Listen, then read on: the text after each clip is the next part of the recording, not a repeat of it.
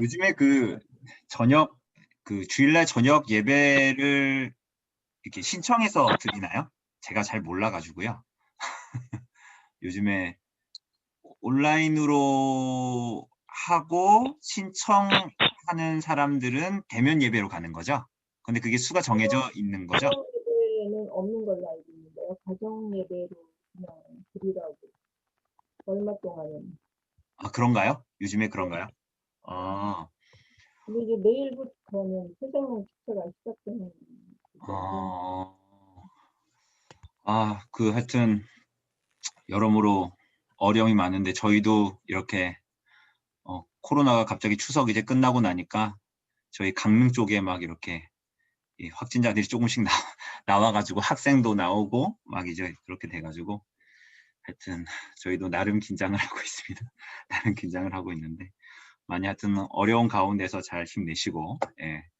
어쨌거나 우리가 오늘 소요리 문답 우리 같이 해 보도록 하죠. 우리 12문답인데 이제 우리가 가능하면 18문답까지 그렇게 한번 해 보도록 하겠습니다. 예, 우선 우리 문답을 한번 좀 같이 해볼까요? 12문을 우리 한번 좀 같이 해 보도록 합시다. 예, 제가 문을 하면 한번 답을 해보세요. 사람이 창조함을 받은 본 지위에 있을 때에 하나님께서 저를 향하여 섭리하시는 중에 무슨 특별한 작정을 하셨는가? 하나님께서 사람을 창조하신 후에 완전히 순복하는 것을 조건으로 삼아 생명의 언약을 맺고 선악을 분별하는 나무의 실과를 먹는 것은 사망의 벌로서 금하셨다. 네, 네, 감사합니다. 예, 우리가 특별히 우리가 지난주에 본 대로 창조, 문답에서 봤을 때는 일반적인 창조에 대해서 이제 얘기를 했고요. 그리고 신문답에서는 사람의 창조 우리가 봤죠. 마인드맵을 봐도 그렇게 나와 있고 요리문답은 이런 구조를 가지고 있고 또 11문답에서는 우리가 섭리를 했는데 12문답에서는 사람을 향한 특별한 섭리. 이제 우리가 이거 이제 읽어 보셨지만 그리고 앞으로 또 나오지만 이 내용들은 이제 언약에 대한 내용들입니다. 언약에 대한 내용들인데 사람을 향한 일반적인 섭리를 얘기하고 특별히 사람에 대한 섭리를 얘기할 때 언약을 이제 말합니다. 그래서 하나님이 피조물인 인간과 언약을 통해서 이제 소통하신다라는 거예요. 그래서 우리가 뭐 이 커버넌트인데 이거를 뭐 언약, 뭐 계약, 뭐 이렇게 얘기를 하는데요. 우리가 일반적으로 봤을 때는 우리가 뭐 계약이나 뭔가 약정을 맺거나 뭐 이럴 때 보면 어떤 조건을 맞춰가지고 이렇게 서로 간에 상호 간에 그런 동등한 관계 안에서 이렇게 무언가를 계약을 하거나 그렇게 하지 않습니까? 그런데 이제 이 하나님께서 우리와 맺으시는 언약은 좀 다르죠. 그죠?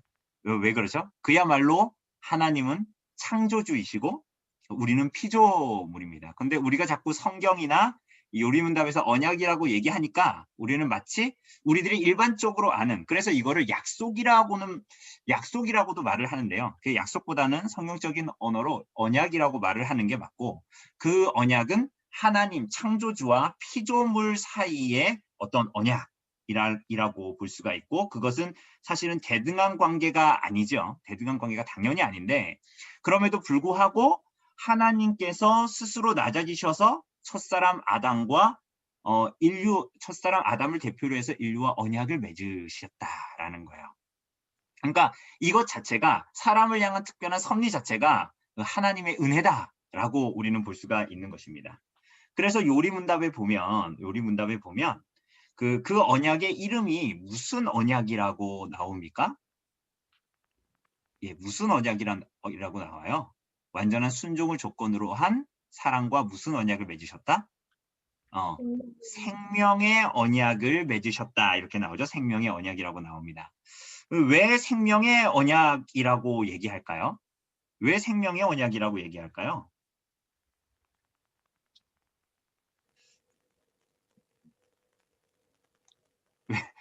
왜 생명의 언약이라고 얘기할까요?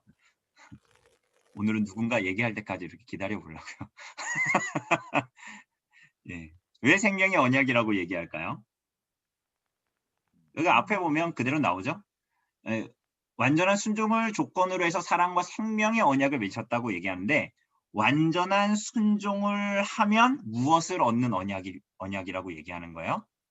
생명을 얻는 언약, 영생을 얻는 언약이다 라고 이야기하는 거예요. 그래서 이 생명의 언약을 다른 말로 이야기하면 행위 언약이라고도 이야기합니다. 행위 언약. 그러면 왜 행위 언약이라고 이야기할까요? 그러니까 생명의 언약, 요리문답에 나오는 생명의 언약이라는 말과 혹은 행위 언약이라고도 얘기해요. 두 개가 똑같은 거거든요.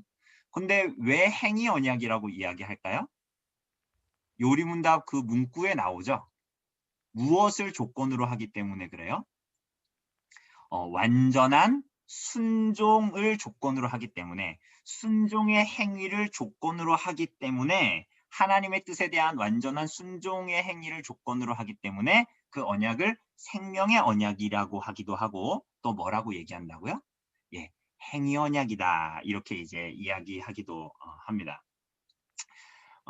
그래서 행위 언약 그리고 오늘 본문에 나타난 대로 생명의 언약이다 라고 얘기했을 때 굳이 여기서 생명의 언약이라고 얘기한 이유는 그 생명을 하나님께서 언약에 하나님의 뜻에 순종하면 주시겠다라는 거잖아요. 근데 잘 생각해 보면 사실은 하나님께서 우리들에게 이렇게까지 하실 필요가 없죠. 예를 들면 이런 겁니다. 하나님이 창조주이시고 우리는 피조물이니까 당연히 우리는 하나님의 뜻에 순종하는 것이 피조물의 의무로 주어져 있는 거예요. 그런데 하나님께서는 우리와 언약을 맺으실 때 뭐라고 얘기를 하시냐면 너가 순종을 하면 그러니까 이게 하나님께서 스스로 낮아지셔서 우리에게 언약을 하신 거라는 의미예요. 너가 순종을 하면 내가 너에게 상을 주겠다라는 거예요. 하나님이 그러실 필요가 우리는 그러니까 우리는 마치 하나님과 우리를 쌤쌤으로 놓고 동등한 위치에 놓고 하나님이 이거 해주셨으면 이거 해야지. 내가 정수기 값을 냈으면 정수기에서 서비스를 해줘야지. 자꾸 이런 식으로 계약이라고 생각을 하지만 마치 쌍방간의 동등한 어떤 존재에 그러나 하나님과 우리는 그런 관계가 아니거든요. 생각해보면. 그럼에도 불구하고 하나님께서 너가 나에게 순종하면 완전한 순종을 하면 주겠다. 뭐를? 복을 주겠다. 생명을 주겠다라는 거예요. 어쨌거나 우리가 이 생명의 언약을 기억할 때 이 관계를 우선 잘 기억하는 것이 나중에 은혜 언약을 이해하는 데에도 매우 중요합니다. 이 전제. 하나님이 그야말로 창조주이시고 우리가 피조물이라는 그 사실 말이죠. 그러니 이렇게 보면 사실은 말이 언약이지. 사실은 잘 생각해 보면 이건 하나님의 정권적인 은혜를 우리들에게 베풀어 주실 뿐만이 아니라 어떻게 보면 우리들에게 복 주시겠다라는 하나님의 자기 맹세의 표시 같은 게 언약이에요. 하나님의 자기 맹세와 같은 표시. 그리고 어떻게 보면 자기를 스스로 낮춰 피조물에게 다가가는 겸비의 표현이라고도 볼 수가 있어요. 이 언약이. 아까도 얘기했다시피 왜냐하면 하나님께서 우리와 굳이 언약을 맺으실 필요가 없기 때문이죠. 그런 의무가 없기 때문이라는 거예요. 자, 그렇다면 하나님께서 이 언약을 이제 맺으실 때 그 언약의 조건이 뭐냐? 요리문답에서 말하는 대로 완전한 순종입니다. 완전한 순종. 오늘 우리는 하나님께 완전한 순종을 드릴 수 있을까요? 어떻습니까? 그럴 수가 없지요. 그죠? 우리가 고백하는 것처럼. 그런데 이때의 아담은 창조 시의 아담은 우리가 그렇지 않았다라는 거 여러 번 봤잖아요. 그죠? 그래서 죄를 지을 수도 있고 이따가도 볼 거예요. 죄를 지을 수도 있고 안 지을 수도 있는 상태였다라는 것은 그런데 이것은 불완전하다라는 말이 아닙니다. 불완전하다라는 말이 아니라 그에게 자유의지를 주셨고 우리가 지난주에 본 대로 그가 하나님을 향한 완전한 지식과 심지어는 하나님을 향한 지식과 피조물에 대한 지식을 가지고 있었다 그랬잖아요. 그것도 다 하나님이 그에게 주신 거야, 다. 그죠? 그러니까 만약에 하나님께서 그에게 순종할 수 있는 능력을 주지 않으시고 순종해봐라 라고 얘기했다면 그건 하나님의 폭력이겠죠. 그런데 하나님께서 아담에게 그렇게 하지 않으셨거든요.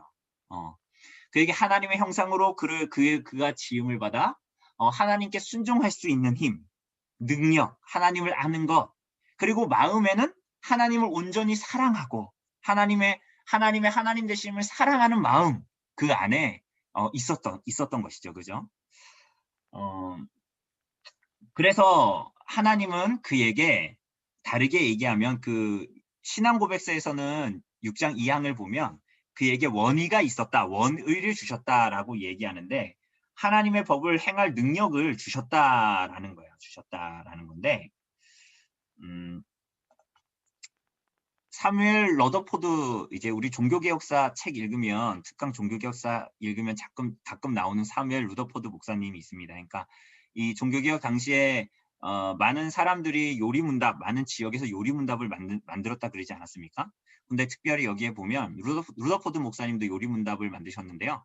이따가도 오늘 루더포드 목사님의 요리문답을 많이 볼 겁니다. 근데 굉장히 이제 언어를 굉장히 잘 구사하고 묘사를 굉장히 잘해서 성도들에게 잘 이렇게 납득되고 잘 받아들여질 수 있도록 이렇게 이제 요리문답을 쓰셨는데 여기에 행위 언약의 개념을 얘기할 때 뭐라고 얘기하냐면 하나님은 우리에게 영원한 생명을 약속하시며 우리는 본성적인 힘으로 율법을 지켜야 할 책임이 주어졌다라는 것입니다. 라고 이야기합니다. 아까도 얘기했다시피 하나님은 능력을 허락하지 않으시고 순종하라고 했다면 그것은 폭력이겠지만 하나님께서 아담에게 그 모든 것들을 허락하여 주셨고 사실은 처음부터 끝까지 모든 것을 허락하여 주셨고 심지어는 그의 마음까지도 하나님을 온전히 즐거워하고 사랑하도록 순종하도록 그런 마음을 하나님께서 허락하여 주셨다라는 것 우리는 알 수가 있습니다. 그렇기 때문에 우리가 때로는 사람들이 반우스갯소리로 혹은 오해로 야 하나님이 뭘 그렇게 그 선악을 알게 하는 나무 하나 그 열매를 따먹었다고 해서 선악을 알게 하는 나무의 실과를 따먹었다고 해서 하나님께서 뭘 그렇게 쪼잔하게 그렇게 하실 필요가 있냐라고 생각하지만 사실은 그렇지가 않다라는 것을 우리는 알 수가 있죠. 하나님의 법이 아담의 마음에 있었고 이 법을 잘 지킬 수 있고 그런 모든 능력들을 주셨고 그런데 그럼에도 불구하고 그가 이 완전한 순종에 실패하게 됩니다. 우리가 알다시피 그죠? 그래서 그 결과가 뭐였어요? 하나님께서 사실은 아담에게 처음 말씀하신 대로 선악을 알게 하는 나무의 실과를 먹지 마라. 그걸 먹는 날에는 어떻게 된다라고 말씀하셨어요? 정령 죽으리라 라고 말씀하셨어요. 그래서 하나님의 언약을 어기면 죽음이라는 결과가 주어지고 만약에 지키면 그 아담이 그 있을 때보다 더 영화로운 상태로 들어가게 되는 것입니다. 그 아담에게도 타락하기 전에 아담에게도 하나님께 순종하여 영화 가운데 들어가야 할 단계가 그에게 있었던 거예요. 그래서 완전한 순종을 하면 그 완전한 영화에 들어가는데 이렇게 또 우리가 얘기하면 마치 이 완전한 순종을 하면 영화롭게 된다라고 또 얘기하니까 그 완전한 순종이 우리들에게 조건이 되는가? 행위 언약이라고 얘기하니까 행위를 완전한 순종을 하는 행위를 하면 그것이 우리에게 공로가 되어서 복을 받는가?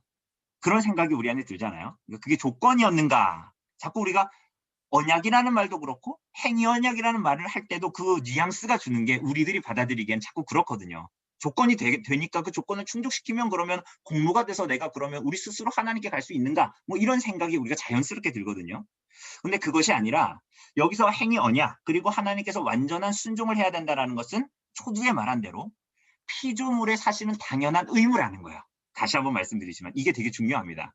그렇기 때문에 피조물로서 완전한 순종을 하는 것은 창조주 하나님에 대한 당연한 의무이지 라고 생각을 하면 이 완전한 순종이라는 것은 마치 계약의 조건처럼 우리들에게 말해지지만 사실은 그것은 하나님께서 우리들에게 아담과 아담의 후손들에게 은혜를 베푸시는 방식, 방편으로 주어져 있는 거예요.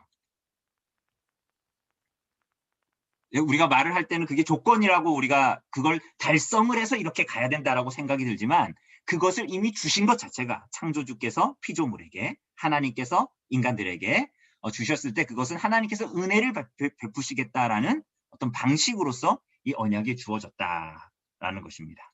그러나 동시에 우리가 전에 4, 5, 6 문답에서 봤던 하나님의 성품에 의하여 보면 거룩하신 하나님 앞에 피조물이 불순종을 하면, 이따가 죄의 정의에 대해서도 볼 건데요. 불순종하면 사망의 벌을 받게 된다. 아까 창세기 2장 17절 말씀처럼 선악을 알게 하는 나무의 실과를 따먹지 마라. 그걸 먹는 날에 너가 정령 죽으리라 라고 말씀하셨잖아요. 그것처럼 불순종의 대가는 죽음이고 하나님은 그것을 경고하셨습니다. 경고하셨죠. 그래서 아담이 죽었습니까? 아담이 바로 죽었나요? 그렇지 않았죠. 그죠? 근데 이 죽음에는, 그래서 성경이 말하는, 여기서 하나 짚고 넘어가야 되는 게, 정령 죽으리라, 하나님께서 죽는다 했는데 안 죽었네가 아니라 인간에게 주어지는 세 가지 죽음이 있습니다. 하나는 즉각적으로 그에게 죽음이 진짜로 왔죠. 하나는 뭐냐면 육적인 죽음입니다. 그죠? 우리가 이 땅을 살아가고 또 아프기도 하고 노화가 되고, 그래서 우리들의 육적인 생명이 끊어지죠. 그 육체적인 죽음이 있습니다. 근데 더 본질적으로 타락한 아담에게, 범죄하여 타락한 아담에게 가장 먼저 주어진 죽음은 뭐예요? 그렇죠. 무슨 죽음이에요? 영적인 죽음이에요. 그거를 대요리 문답은 뭐라 그러냐면 마음의 굳어짐이다 이렇게 얘기합니다. 왜 마음의 굳어짐이라고 얘기하냐면, 이 마음의 굳어짐은 하나님을 향한 도덕적 책임, 그리고 하나님을 향한 그 영적인 감각에 대해서 무관심해진다라는 거예요. 그게 영적인 죽음이죠. 그죠? 그게 마치 우리가 구약 성경에서도 보는 사울과 혹은 바로 왕에게서 보여주는 마음의 굳어짐과 비슷한 것입니다. 그래서 우리가 하나님께 불순종하여서 우리가 죽는 죽음, 그 영적인 죽음은 회개하라라는 복음의 요청 앞에, 그리고 하나님께로 회개하여 돌이키라 라는 하나님의 요청 앞에 문을 닫습니다. 그게 다 뭐예요? 그게 바로 영적인 죽음이에요. 마음의 굳어짐입니다. 그래서 우리가 흔히 복음을 전해보고 예수님을 전하고 전도하다 보면 거기에 대한 그런 냉랭한 반응들이 오잖아요. 그죠? 그런 것들이 다 뭐예요? 영적인 죽음, 마음의 굳어짐의 상태입니다. 그리고 그 상태로 계속적으로 이 땅에서 주어진 기회들을 낭비할 때 어떻게 됩니까? 영원한 죽음이 이제 우리에게 오게 되는 거죠. 하나님과 완전히 단절되어지는 그러한 죽음이 오게 되는 거죠. 그래서 이 행위 언약을 어겨서 죽음에 이르게 되었을 때, 그렇죠? 그게 사실은 하나님을 향한 영적인 죽음, 그리고 육체적인 죽음, 그리고 완전한 영원한 죽음까지, 영원한 형벌로 이어지는 영원한 죽음까지 이어지는데, 이르게 되었을 때 하나님께서는 이들과 은혜 언약을 맺어서 영생의 길을 여십니다. 우리가 오늘 13문부터 18문, 그러니까 타락에 대한 부분들을 많이 볼 거지만 계속 그 사이사이에 하나님께서 어떻게 그 가운데에 우리를 그대로 두시지 않고 그래서 어떻게 하셨는가를 사실은 문답마다 거의 계속적으로 볼 겁니다. 어쨌거나 하나님께서 은혜 언약을 우리들에게, 그래서 은혜 언약을 맺어서 영생의 길을 여셨습니다. 그래서 여기에 보면 러더포드 목사님이 이렇게 말합니다. 하나님은, 이 요리문답인데, 하나님은 사람과 몇 개의 언약을 맺으셨습니까? 라고 이야기하니까 둘입니다. 행위 언약과 은혜 언약입니다. 이렇게 이제 얘기하죠. 그래서 이거 뭐 쓰실 필요 없습니다. 제가 나중에 교환이나 PPT를 다 드리면 되니까. 그래서 보면 이어서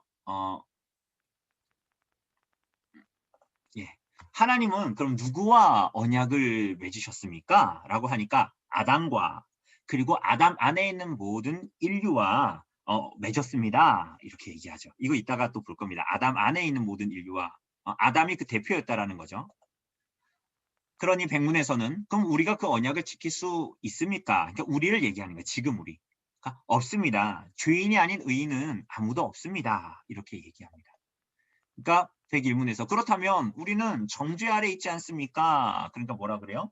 확실히 그렇습니다. 그러나 이제 우리는 그리스도 안에서 살았고 우리의 첫 남편인 율법은 죽은 남편이 아내 위에 가지는 힘보다도 더 무능한 것입니다. 왜냐하면 우리가 또 다른 남편인 그리스도와 혼인을 하였기 때문입니다. 이렇게 얘기하죠.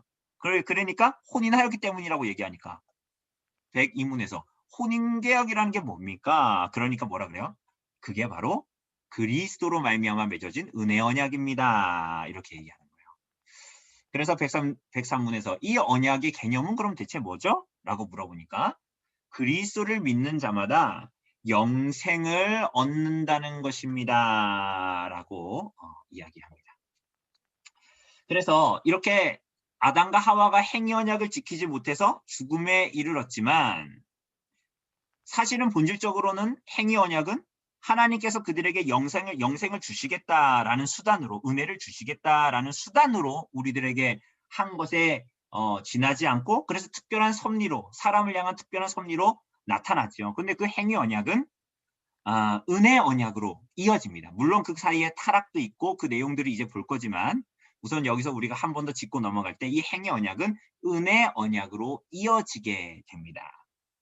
자, 그러면 여기서 우리는 이제 행위 언약이다, 하나는 은혜 언약이다, 이러니까 여기서 우리가 하나의 좀 오해를, 쉽게 우리가 넘어갈 수 있는 오해를 좀 우선 짚고 가는 게 필요합니다. 그 은혜 언약이라고 얘기했을 때 우리가 지금 행위 언약을 보고 있지만, 생명의 언약을 보고 있지만, 왜 은혜 언약이라고 얘기할 때 우리가 흔히 왜 그걸 은혜라고 얘기할까요? 왜 우리는 그것을 은혜라고 얘기할까요?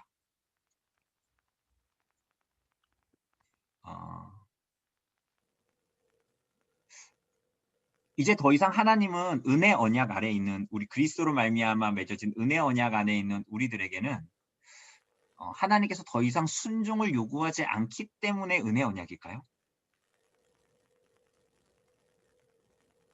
아니면 이제 하나님은 구약의 죄를 막 벌하시는, 죄를 싫어하시는 무서운 하나님이신데, 이제 하나님은 거룩과 의를 어느 정도 얘네들이 좀 이렇게 힘들구나 이거 하기가, 그래서 약간 하나님의 거룩과 의를 좀 이렇게 타협하면서 이렇게 나오셨기 때문에 그걸 은혜라고, 은혜 언약이다라고 할 때 은혜라고 부를까요? 아니죠. 우선은 우리가 기억해야 할 것은, 우리가 은혜 언약이다, 그러니까 그 생명의 언약, 은혜 언약이다, 생명의 언약, 그 행위 언약이다, 은혜 언약이다라고 얘기할 때 우리가 기억해야 하는 것은, 하나님은 변치 않으시는 분이시죠. 그죠? 하나님 뭐 기준을 낮추거나 이러시는 분이 아니잖아요. 그러니까 하나님의 기준은 변함이 없어요. 아무리 작은 악이라고, 아무리 작은 범죄라고 해도 거기 안에는 다 하나님을 향한 반항, 그러니까 악이 다 내재되어 있죠. 그죠? 아무리 우리들의 삶에 작은 죄라고 해도 이따가 죄에 대한 정의가 나오지만, 하나님을 향해서 불순종하는 것만이 아니라 순종하는 것에 미달하는 것, 완전에 미치지 못하는 것은 다 죄잖아요. 그러니까 그 죄는 아무리 작은 죄라고 해도 거기 안에는 다 악이 내재되어 있다라는 거예요. 어떤 악이 내재되어져 있어요? 내가 하나님께 아주 작은 부분 순종하지 않는다라는 그 작은 죄에는 하나님의 뜻보다는 내 뜻이 더 우위에 있고, 하나님의 판단보다는 내 판단이 더 맞고, 그래서 하나님이 주권자이기보다는 내가 더 많은 권위를 가지고 있다라는 것이 다 숨어 들어가 있죠. 그죠? 그게 아무리 커 보이는 악이든, 커 보이는 죄든, 작아 보이는 죄든 간에. 그죠? 그러니 이것을 모두 다 순종할 수 없는 우리들에게 하나님의 아들이, 하나님이 세우신 완전한 순종을 조건으로 한 행위 언약을 모두 다 이루시고 이행하게 하시는 거예요. 그래서 예수님께서 이 땅에 오셨을 때 그냥 십자가에 달려 죽으시는 것으로 끝나신 게 아니시죠. 예수님이 이 땅에 오셔서 뭘 하셨어요? 이 땅에 오셔서 하나님의 말씀에 온전히 순종하셨죠. 그래서 그것이 우리들에게 의로 전가되고 주어지는 것이잖아요. 그래서 이거를 우리가 뭐 굳이 나누자면 능동적 순종이다, 수동적 순종이다, 이렇게 나눌 수도 있어요. 그래서 수동적인 순종은 그분이 오신 그 목적대로 십자가에 달려 죽으시는 그 순종을 말해요.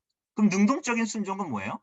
이 땅을 살아가면서, 이 땅에 예수님께서 사생애와 공생애를 다 사시면서 모든 마음과 뜻과 힘을 다해서 그분의 모든 삶을 다해서 어떤 순종을 하셨을까요? 완전한 순종을 하나님께 드린 것이에요. 그래서 우리가 예수님으로 말미암은 은혜 언약. 그래서 우리가 예수님을 믿는다라는 것을 조건으로 받는다라는 것은 예수님의 이름을 계속 부르면 되는 문제가 아니라 그 예수님께서 완전한 순종, 행위 언약에서 원래 우리에게 주어졌던 그 완전한 하나님이 우리에게 조건으로 주신 그 완전한 순종을 예수께서 하신 그 예수님을 우리가 믿어 받는 것, 그게 바로 구원이지요. 그러니 은혜 언약이 행위 언약을, 생명의 언약을 폐하는 것입니까? 그게 아니죠. 은혜 언약이 행위 언약을, 이 구약에 나타나는 뭐 우리가 뭐 구약을 생각하면 율법에 순종해야 되고 뭐 이런 언약을 폐기하지 않는 거예요. 그죠? 우린 자꾸 이렇게 은혜 언약이 행위 언약을, 에덴 동산에서의 언약을, 율법에 대한 언약을 폐기시킨다. 뭐 이런 식으로 우리가 자꾸 생각하는데 그렇지가 않습니다. 그래서 우리가 마지막 날 모든 이 땅에 살았던 모든 존재들이 하나님 앞에 심판을 받을 거 아닙니까? 그죠? 뭘로 심판을 받을까요? 무엇에 의해서 심판을 받을까요? 그 기준이 뭘까요?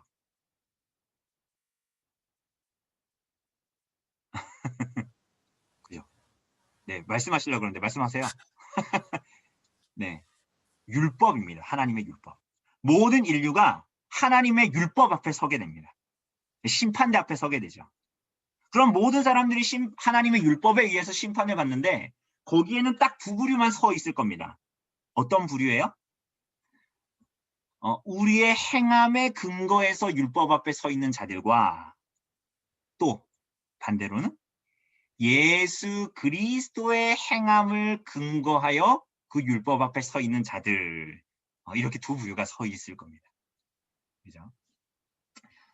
그래서 이 행위 언약이 그렇게 은혜 언약, 그러니까 우리가 행위 언약이라고 생각할 때 우리들의 이해가 자꾸만 은혜 언약과 대립되는 것으로 자꾸 이제 여기는 습관들이 있어서 이 이야기를 길게 이제 말씀을 드린 것입니다. 자, 그래서 12문답에서 말하는 대로 하나님께서 행위 언약을 맺으셨다. 그러니까 완전한 그 순종을 조건으로 해서 생명의 언약을 인간과 맺으셨다라는 것입니다. 자, 그러면 13문을 한번 좀 읽어볼까요? 이제 13문 한번 읽어보도록. 이제 13문부터는 이제 지금까지는 신론이었다면 뭐 하나님이 누구신가, 하나님의 작정을 어떻게 실행하시는가, 창조와 섭리, 일반적인 창조, 사람의 창조, 일반적인 섭리, 사람의 섭리를 보았다면 이제 13문부터 19문 혹은 20문까지는 인간론에 대한 부분입니다. 뭐 인간의 타락, 죄가 뭐냐, 아담 안에서의 인류, 타락의 결과가 뭐냐, 죄의 상태가 뭐냐, 그 비참함의 상태는 뭐냐, 뭐 이런 내용들입니다. 그래서 13문을 한번 읽어보면 문답을 한번 해보죠. 우리 시조가 첫 창조함을 받은 본 지위에 그대로 있었는가? 우리 시조가 임의대로 자유함을 인하여 하나님께 죄를 범함으로 창조함을 받은 본 지위에서 타락하였습니다. 네, 그렇습니다. 그래서 우리의 첫 조상이 창조된 상태에 계속 머물러 있었는가라고 얘기했을 때 우리의 첫 조상, 시조가 첫 조상이니까 첫 조상은 그들 자유의 의지에 맡겨져 있는 동안 자유의지대로 하나님에게 죄를 범함으로 창조된 상태에서 타락했습니다. 이렇게 이제 얘기하죠. 타락했다. 이렇게 얘기합니다. 그러니까 하나님께서 아담을 만드시고 하와를 만드셨죠. 그리고 그들을 통해서 모든 인류가 나타났으니 우리들의 모든 첫 부모는 누구예요? 그게 제가 조씨니까 조씨든 김씨든 무슨 성씨든 간에 그게 흑인이든 백인이든 다 우리의 부모는 누구예요? 아담과 하와입니다. 아담과 하와인데 그래서 첫 조상이 죄를 짓기 전에는 아무런 문제가 없었죠. 아담은 마음에 기록된 하나님의 말씀이 있었고 그 법을 행할 능력도 있었으니까요. 그래서 말 그대로 자유의지를 가진 존재였습니다. 자유의지를 가진 존재. 그런데 그가 그 모든 것을 가지고 하나님께서 주신 모든 것을 가지고 뭘 해요? 하나님을 무시하고 스스로 하나님처럼 되려고 했던 것. 그러니까 그 범죄의 본질은 결국은 하나님을 향한 것이었죠. 그죠? 왜냐하면 하나님의 말씀에, 하나님의 율법에 다 어긋 맞추는 것이 하나님께 대한 범죄이니까요. 그죠? 그러니까 범죄 이따가 우리가 볼 거지만 만약에 그 에덴 동산에서 하와에게 다가간 뱀이 사단이 만약에 그렇게 하기를 강요했다면 어떻게 보면 아담과 하와한테는 뭐라 그럴까요? 어떤 책임이 없을 수도 있어요. 사실 강요되었다면. 근데 강요된 게 아니라 우리가 성경을 봐서도 알지만 어떻게 해요? 그들이 그 얘기를 듣고 유혹되었다라고 성경은 진술합니다. 그죠? 그래서 그렇게 죄를 지은 인간의 마음은 부패하게 되고 그때부터 그게 자유의지가 아니라 노예의지로서 이제 발동하게 되기 시작합니다. 노예의지라는 건 뭐예요? 이제는 더 이상 하나님을 향해서 순종하는 방식으로 내 의지나 내 전인격이 나아가지 않고 거의 자동적으로 어떻게 되는 거예요? 노예의지로 죄에 끌려가는 방식으로 이제 나타난다. 그거 우리가 뭐 자주 얘기했지만 우리가 이번에 다시 한번 보면 이게 신앙고백서 9장에도 나오거든요. 자유의지를 특별히 할애해서 뭐라고 나오냐면 이렇게 나와요. 5가지로 분류해서 나옵니다. 그래서 우선은 이 신앙고백서 9장 1항 여기 나오는 대로 9장 1항에 보면 여기에서는 창조시에 부여된 자유의지의 성격이에요. 처음에 하나님께서 창조하셨을 때 자유의지의 성격인데 뭐라고 얘기하냐면 하나님은 사람의 의지에 타고난 자유를 부여하셨다라는 거예요. 그 의지는 선이나 악이 강요되지 않으며 어떤 절대적인 본성의 필요 때문에 선이나 악이 결정되는 것도 아니다. 그러니까 여기서의 초점은 뭐냐면 강요되어지지 않았다라는 거야. 이 의지가. 하나님에서 강요되어진 의지가 아니라는 것입니다. 창조시에 아담과 하와가 가지고 있었던 자유의지가. 그리고 이 항에 보면 그래서 무죄 상태 아래에서의 이제 상태가 나오는데 보면 사람은 그의 무죄 상태에서는 하나님 보시기에 선하고 기뻐하실 일을 원하거나 행할 자유와 능력을 가졌으나 그런 상태로부터 변하여 타락할 수도 있었다. 이거 전에 그 아우구스티누스의 그 사랑과 죄의 관계를 우리가 통해서 볼 때 맨 마지막에 지금 표로 볼 거지만 죄를 짓거나 안 짓는 것이 가능한 상태, 그게 무죄 상태라는 거죠. 무죄 상태. 사망에서는 이제 죄를 짓고 나서 유죄 상태의 의지에 대해서 얘기합니다. 자유의지에 대해서 뭐라고 얘기하냐면 사람이 타락한 죄의 상태에서는 구원에 이를 영적 선을 행할 의지력을 모두 잃어버렸다. 그러므로 자연인은 그러한 선을 완전히 싫어하게 되고 죄 가운데 죽게 되어 자신만의 힘으로는 그러한 선의 상태로 자신을 회개하거나 준비시킬 수 없다라고 얘기합니다. 영적 선을 행할 아무런 의지력을 가질 수, 그러니까 우리가 예수 믿기 전에 우리들의 상태를 보면 돼요. 뭐 우리가 막 되게 뭔가 각성시켜가지고 우리가 하나님을 믿어야지 이렇게 안 되는 것과 똑같은 거예요. 자연적으로 그래서 하나님께 속한 것들을 싫어하게 되고, 그죠?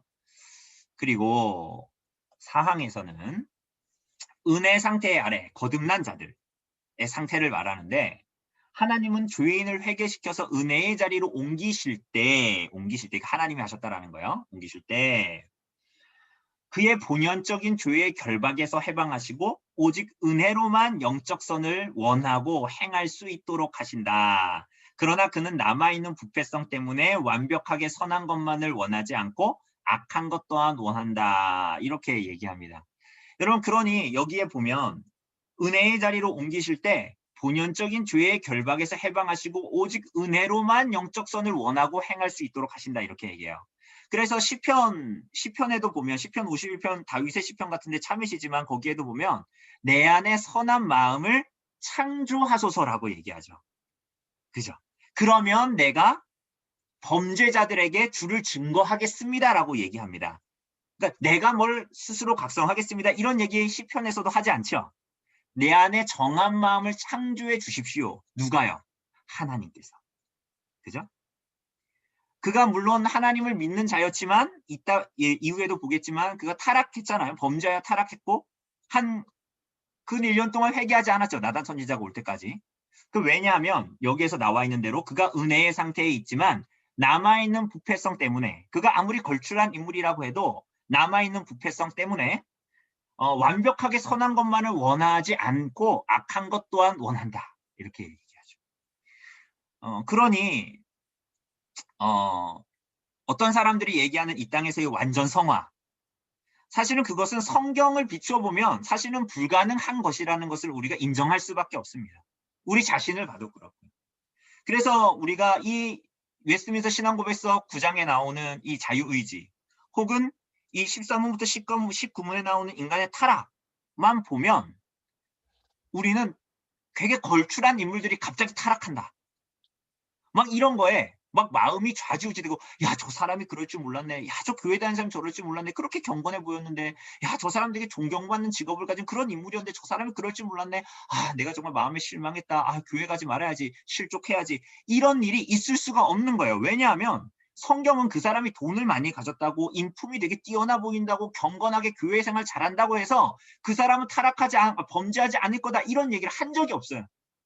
오히려 성경에 나오는 많은 사람들은 그들이 대단한 사람일지라도 그 대단한 사람의 모범이라고 표본이라고 얘기한다면 우리는 다윗을 얘기할 수 있잖아요. 그러함에도 불구하고 그가 말도 안 되는 천박하고 이기적이고 그런 죄들을 막 짓잖아요. 그죠?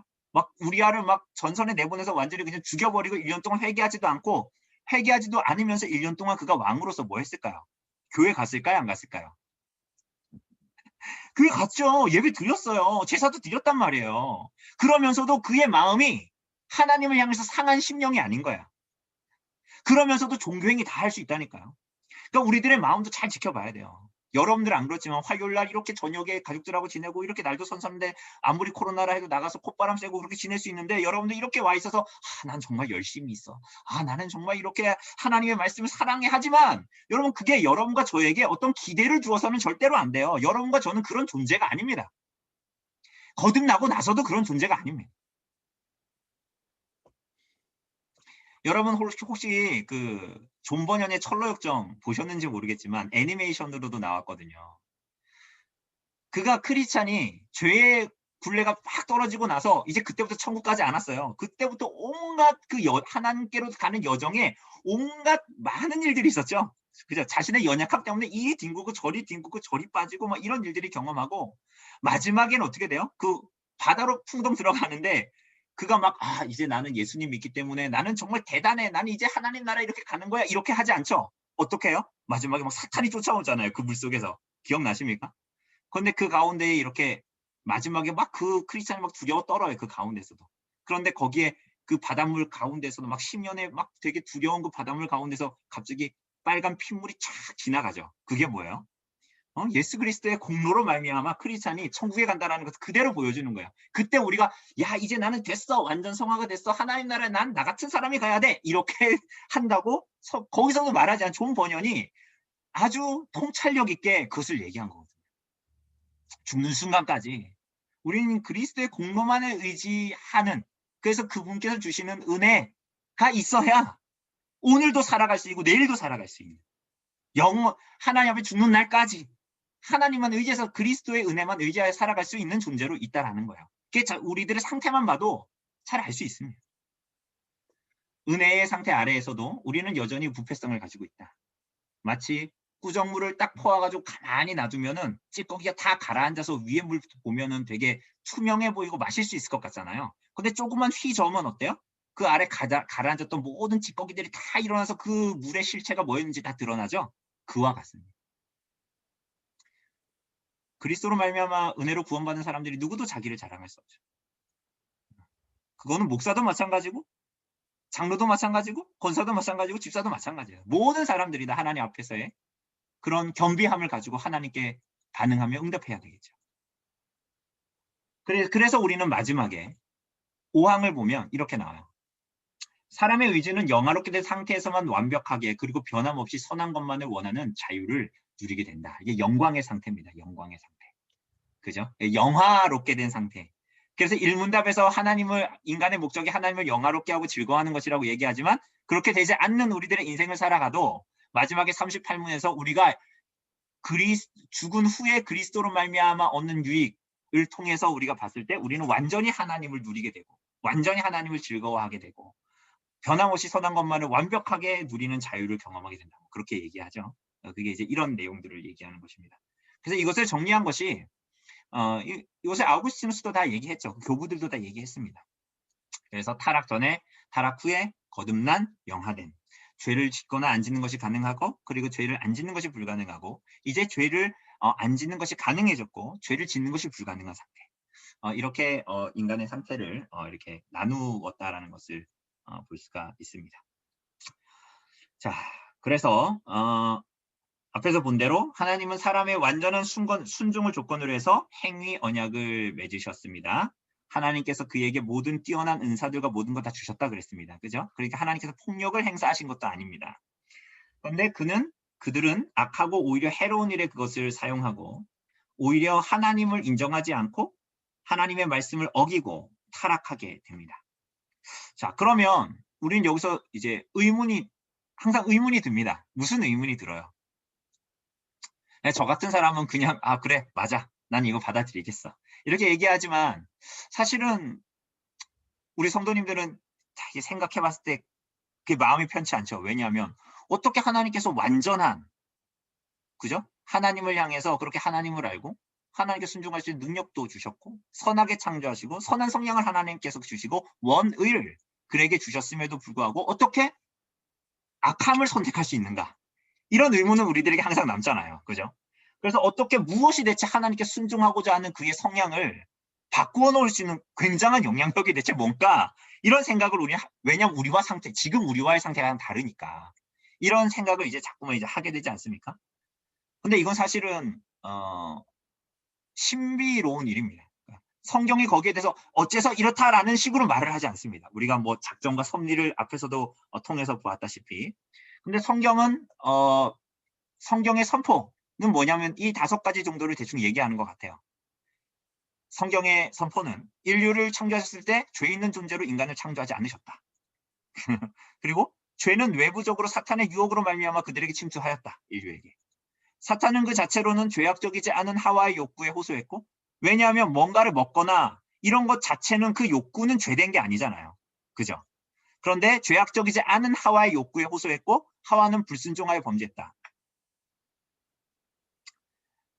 그러니까 예를 들면 예수님께서 세례 받으시고 광야로 들어가셨을 때 돌들을 떡덩이가 되게 하는 것 자체, 그래서 그 줄이신 것을 채우시는 것 자체, 줄이셨을 때 먹고 싶은 거, 그 욕구 자체는 죄악된 게 아니잖아요. 그죠? 그것을 우리가 생각하면 돼요. 하와의 욕구에 호소했지만 하와는 호소했고 하와는 불순종에 범죄했다라는 거예요. 그리고 아담에게 온 유혹은 사단에게서 직접적으로 온 것이 아니라 이미 죄를 범한 하와에게서 왔다. 맞죠? 그죠? 그리고 5번째는 인류는 사탄의 유혹을 받아 죄된 상태로 타락했다. 범죄하여 타락했다. 라는 것입니다. 자, 그래서 인간은 결국은 지혜롭게 창조된 인간은 더 이상 하나님을 알아보지 못하게 됐고 영적인 진리를 이해하지 못하게 됐고 그래서 의롭게 창조된 인간은 하나님을 기쁘시게 하지도 못하고 하나님의 뜻에 순종하지도 못하는 상태가 돼버렸어요. 지금 이 얘기를 듣는 여러분과 저는 나 원래 그랬는데 라고 하나도 이상하게 여겨지지 않죠. 여러분과 저를 생각했을 때는. 그런데 타락하기 전에 아담과 하와에게는 이것이 여러분과 지금 저의 이 예수님 믿기 전의 상태도 잘 생각해 보세요. 그 상태가 도저히 상상이 안 가는 상태였어요.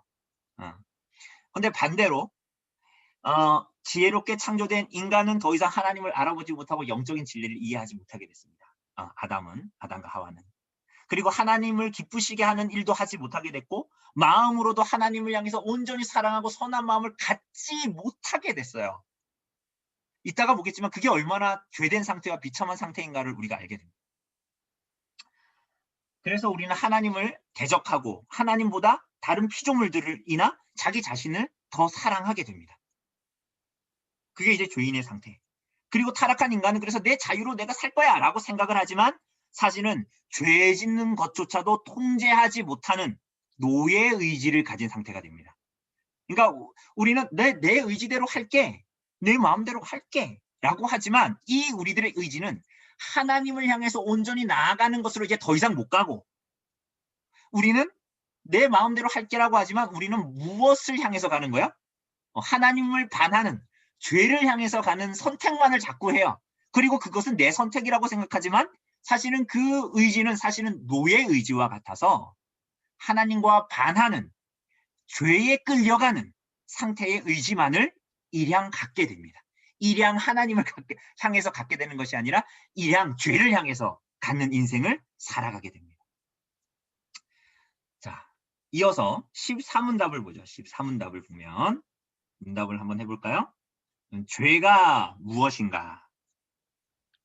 죄는 하나님의 법을 순종함에 부족한 것이나 혹 어기는 것입니다. 네, 이 죄에 대한 정의입니다. 이 죄에 대한 정의가 뭐냐라고 했을 때 하나님의 율법이 있어요. 그러니까 하나님의 율법이 분명히 있다는 거 우리가 기억해야 되는 거. 구원받고 나서 우리는 더 이상 율법에 순종하지 않는 사람들이 아니에요. 여기에 보면, 자, 이게 우리 교회 주보인데요. 저희 교회 주보인데 이게 보이시는지 모르겠지만 여기 이제 십계명의 선포 뭐 이런 거 있죠. 보이시죠? 그죠? 그러니까 우리는 하나님의 율법이 더 이상 필요 없는 사람들이 아닙니다. 그죠? 하나님의 율법이 오늘도 우리들에게 필요합니다. 그 죄를 정의할 때 뭘 얘기하냐면 하나님의 율법을 순종하는 거에 결핍이 있거나 혹은 위반을 하거나 거기에서 모자라는 거, 순종함에 모자라고 결핍되는 거. 그죠? 야고보서가 말한 대로 모든 율법에다 순종해도 하나의 율법을 범하면 모든 율법을 범하는 것과 같잖아요. 그렇게 생각하시면 돼요. 그래서 우리가 심지어는 제가 내 모든 것을 다해서 누군가를 막 사랑을 해도 내 마음의 한켠에 그를 사랑하지 못하는 마음이 있다면 그것은 사실은 온전한 순종이라고, 완전한 순종이라고 말할 수 없지요. 마치 그와 같아요. 그러니까 죄는 율법의 순종함, 하나님의 말씀의 순종함에 위반되는 거, 혹은 어떤 결핍이 있는 거, 이렇게 이제 말을 할 수가 있죠. 그래서 하나님께서는 이 법을 무엇보다도 십계명으로 대표되는 또 하나님의 법, 물론 그 아담에게 주어진, 그때는 십계명을 안 주셨으니까 도덕법으로 그들에게 주셨지만 그 도덕법의 요약이 뭐라고 그래요? 십계명이잖아요. 십계명. 그죠? 십계명으로, 도덕법의 요약으로 십계명을 주셨고, 그죠? 물론 하나님께서 도덕법을 모든 인류에게 주셨음에도 불구하고 타락으로 말미암아 그것이 굉장히 희미해졌잖아요. 그죠? 그래서 로마서 2장 같은 데 보면 이방인들이 본성으로 율법의 일을 한다. 뭐 이런 얘기를 하잖아요. 그게 뭐냐면 타락한 인류 가운데서도 하나님께서 주신 법이 희미하지만 새겨져 있다라는 거야. 그죠? 우리 전에도 얘기했잖아요. 그죠? 그런데 어쨌거나 하나님의 법이 우리들에게 주어져 있고, 그리고 그것이 도덕법이 요약된 형태로 십계명으로 우리들에게 주어진 하나님의 법을 받았지요.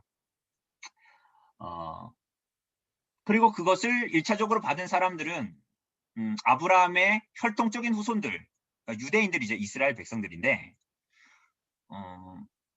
하나님의 법을 받은 사람들이, 그렇게 하나님의 이 돌판을 받은 사람들이, 계명을 받은 사람들이 하나님 앞에 불순종하는 게 더 하나님 앞에 그러니까 죄가 더 큰 걸까요? 이방인들이 하나님의 계명을 받지 못한 이방인들이 하나님의 법에 불순종하는 것이 더 큰 걸까요? 죄가. 당연히 전자겠죠. 그죠? 그래서 이것을 얘기할 때도 죄가 뭔가를 얘기할 때도 하나님의 계명을 받은 자들에게 훨씬 더 큰 의무가 주어져 있고 책임이 주어져 있고, 그래서 대요리문답 151문답 같은 데 보면 어떤 죄를 다른 죄보다 더 흉악하게 만드는 가중 요인이 뭔가, 뭐 이런 거 얘기할 때도 그런 얘기를 합니다. 하나님의 말씀을 더 크게 맡은 자들에게 그들이 그런데 지키지 않았을 때 하나님께서 더 거기에 대한 죄에 대한 벌을 더 가중시키신다. 뭐 이런 말을 하죠. 그러니까 어쨌거나 그럼 우리가 이제 이런 이제 죄에 대한 율법에 대한 불순종, 순종함에 대한 어떤 것들을 얘기할 때 하지 말라라고 한 것만 안 하면 되는가? 왜냐하면 십계명의 대부분 하지 말라, 하지 말라 이런 얘기들이 굉장히 많이 나오니까요. 그런데 그래서 우리가 때로는 십계명을 읽어도 때로는 마음에 부담이 없이 십계명을 볼 때가 굉장히 많죠. 왜 그래요? 나는 하지 말라라는 것을 하지 않았으니까. 나는 그러니까 죄가 없다. 나는 그래서 율법에 완전히 순종했다. 우리는 자꾸 이렇게 생각하죠. 그래서 죄에 대한 정의도 하나님의 말씀에 순종함에 어떤 그 법을 위반하는 거다 결핍이 있다 이런 거를 봐도 나는 그래도 하나님의 율법에 순종하는 거라고 자꾸 생각을 해요. 왜냐하면 하지 말라는 것을 안 했으면 되니까. 그런데 사실은 그렇지가 않다라는 것을 우리는 알 수 있습니다. 왜냐하면 옳지 옳은 일을 하지 않는 것도 죄, 하나님의 뜻을 알면서 하지 않는 것도 죄다라고 말하고 있기 때문이에요. 그래서 제가 여기 띄워놓은 대로 14문답에 의해서 하지 말라라는 것만이 아니라 하라라는 것을 하지 않았을 때도 마찬가지라는 거예요. 여기에 보면 너는 이방 나그네를 압제하지 말라라고 얘기합니다. 그럼 나는 압제 안 했는데? 나는 괜찮은데? 난 뭐 특별히 압제하거나 뭐 괴롭힌 적 없는데?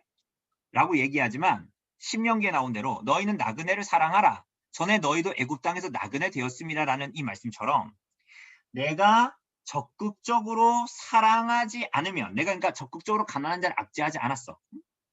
그럼 죄 짓지 않았어가 아니라 내가 적극적으로 가난한 자들을 도울 방법을 강구하지 않으면 우리는 여전히 죄 가운데 있다라는 거야. 그래서 우리들이 이 땅에서 살아갈 때도 마찬가지입니다. 나는 하나님께서 나에게 하지 말라는 건 다 안 했기 때문에 나는 그렇게 하나님 앞에 죄라는 정의 앞에서도 나는 떳떳해라고 말할 수 있지 않은 거예요. 우리는 오히려 하나님의 말씀에 어떻게 순종하였는가? 가난한 자에 대해서 혹은 사례의 불의에 대해서 내가 거기에 대해서 어떻게 하도록 부름을 받았는데 그런 삶을 살도록 부름을 받았는데 그렇게 하지 않은 것 하나님의 율법의 의미를 알고 완전한 순종을 하고 그렇게 하려고 계속 가야 되는데 그렇지 않았을 때 그 모든 것이 다 뭐라는 거야? 죄라는 거예요. 죄. 그래서 죄는 율법의 부재라고도 볼 수가 있습니다. 하나님의 법에 대한 부재. 하지 말라라는 것만이 아니라 예수께서 말씀하신 대로 모든 것을 다해서 하나님을 사랑하고 너 자신과 같이 이웃을 사랑하라 라는 것에 대해서 적극적인 하나님을 향한 순종이 없는 것이 모두 다 죄다라고 이야기합니다. 그래서 뭐 신약도 마찬가지죠. 요한일서 3장 4절을 보면 죄를 짓는 자마다 불법을 행하나니 죄는 불법이다 이렇게 얘기하지만 동시에 야고보서는 그러므로 사람이 선을 행할 줄 알고도 행하지 아니하면 죄다라고 얘기했으니 선을 행하라 라고 말하고 있는 것이죠. 근데 이게 우리들로서는 굉장히 힘들잖아요. 이게 어떻게 가능할까요? 이게 죄라는 단어 자체가 여기서 이 신약에서도 요한일서에도 야고보서에도 이 죄라는 말이 나오지만 하마르티아라는 헬라어인데 이게 뭐냐면 우리가 흔히 목사님 설교에서도 많이 듣잖아요. 관역의 정중앙을 맞추지 못하고 그 관역에서 벗어난 거잖아요. 죄가. 그러니 하나님의 말씀에 위반되거나 순종함에 미치지 못하는 거, 관역의 중앙을 맞추지 못하는 거, 그게 다 죄라는 얘기 아닙니까? 그러니 우리가 이걸 봤을 때 대체 우리들이 하나님 앞에 죄인된 삶을 살지 않는 때가 대체 언제라는 거예요. 우린 때로 이렇게 생각하잖아요. 오늘은 그냥 이리저리 막 바쁘게 살았어요. 난 그래서 오늘은 하나님 앞에 굉장히 떳떳하게 보람 있게 잘 산 것 같은 생각이 들 때가 있잖아요. 근데 우리는 그런 거는 뭐냐면 다 하지 말라라는 뭘 안 했기 때문이라고 자꾸 생각이 들죠. 근데 그렇지가 않다라는 거예요.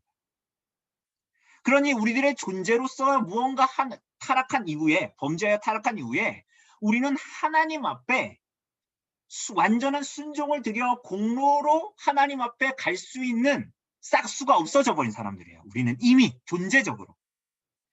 근데 우리는 뭐 하나 조금만 잘하면 오늘 되게 착한 일 하면 하나님께서 어제까지는 내 기도 안 들어주실 것 같은데 오늘 내가 좀 착한 일을 했어. 심지어 돈도 쓰고 좀 수고도 했어. 그럼 오늘 막 되게 기도하면 하나님께 들어주실 것 같잖아요. 그게 다 뭐냐면 우리들 안에 있는 공로적인 생각이에요. 아니라고 얘기하면서 우린 자꾸만 우리들의 마음은 그렇게 가는 거예요. 그러나 그렇지가 않다. 그래서 죄악된 삶은 우리 하나님의 온전한 의를 우리는 항상 명중시키지 못하고 우리들 자신으로서는 하나님의 영광에 이를 수 없는 존재들로 존재한다. 이렇게 이제 얘기합니다. 자, 그러면 조금 더 구체적으로 그 타락하게 된 죄가 뭔가를 한번 볼까요? 15 문답을 보면, 네, 우리 한번 문답을 해보죠. 우리 시조가 창조함을 받은 본 지위에서 타락하게 된 죄가 무엇인가?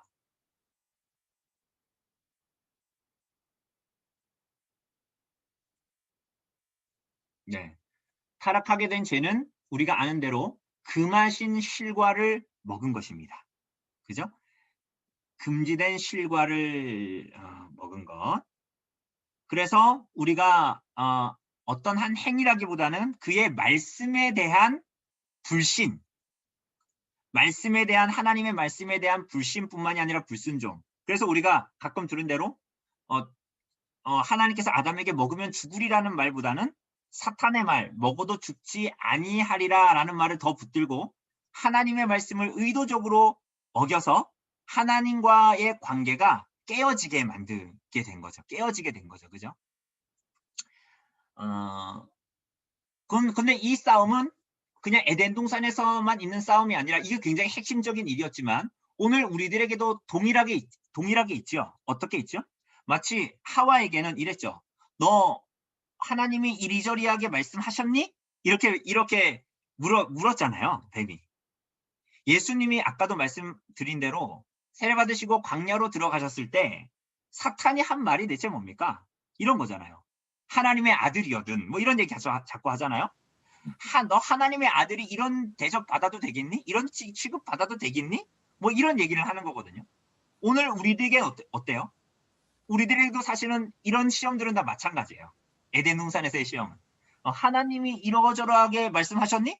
그게 어떻게 하나님의 말씀이야? 자꾸 이제 이런 시험들이 우리들에게도 여전히 오죠. 그죠? 그런데 예수님께서 그 시험 가운데에서 아담과 하와가 실패했고 때로는 우리들의 삶에서도 우리도 굉장히 자주 실패하죠. 우리들의 신분이 무엇인지 자꾸 헷갈리고 우리들의 연약함 때문에. 그런데 예수님께서는 그 시험 가운데에서 승리하셨죠. 어떻게 승리하셨어요? 뭐 마태복음 4장 4절에 보면 우리가 흔히 외우는 말씀처럼 기록되었으되 뭐라 그래요? 사람이 떡으로만 살 것이 아니요. 하나님의 입으로부터 나오는 모든 말씀으로 살 것이라. 그러니 그렇게 보면 예수님께서는 그 시험 가운데에 순종하시고 하나님을 온전히 사랑하시고 그분을 열망하심으로 그 시험을 이기셨죠. 그러니 에덴 동산에서의 시험은 이런 거였어요. 사단의 말을 들을 것인가? 하나님의 말을 들을 것인가? 다르게 얘기하면 하나님께 순종할 것인가? 다르게 얘기하면 하나님을 사랑할 것인가? 다르게 얘기하면 하나님을 열망할 것인가에 대한 싸움이었다는 거예요. 아담과 하와가 실패했고 때로는 우리가 거듭났음에도 불구하고 여전히 연약한 가운데는 우리도 실패하지만 그리스도께서 사실은 말씀으로 승리하셨다라는 것은 우리는 이 타락, 인간의 타락, 죄와 타락에 대해서 말할 때도 그것을 꼭 기억해야 합니다. 그죠? 그래서 하나님께서 이 행위 언약, 완전한 순종으로 말미암아 생명의 언약을 우리들에게 허락하셨음에도 불구하고 사람들 사이에 관계가 깨어지고 뭔가 언약이 깨어지면은 때로는 보상을 해주기도 하고 때로는 이런저런 관계가 깨어지면 사실은 뭐 용서하고 그렇지 않아도 시간이 뭐 몇십 년, 10년, 20년 지나면 무뎌지기도 하고 그냥 그거 덮어놓고 다시 뭐 만나기도 하고 그렇죠?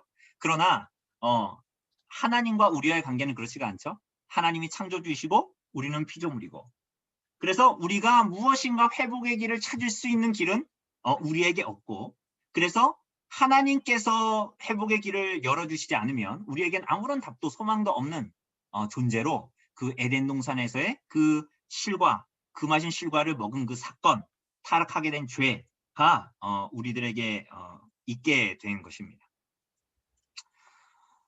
이 가운데서도 우리가 잊지 말아야 하는 것 우리가 잊지 말아야 하는 것이 뭐냐면 우리가 공부할 때 마인드맵만 쭉 봐도 이해하겠지만, 그리고 초반에 마인드맵을 설명할 때도 말씀을 드렸지만, 이 13문부터 19문까지의 인간의 범죄와 타락이 하나님의 작정에 있다.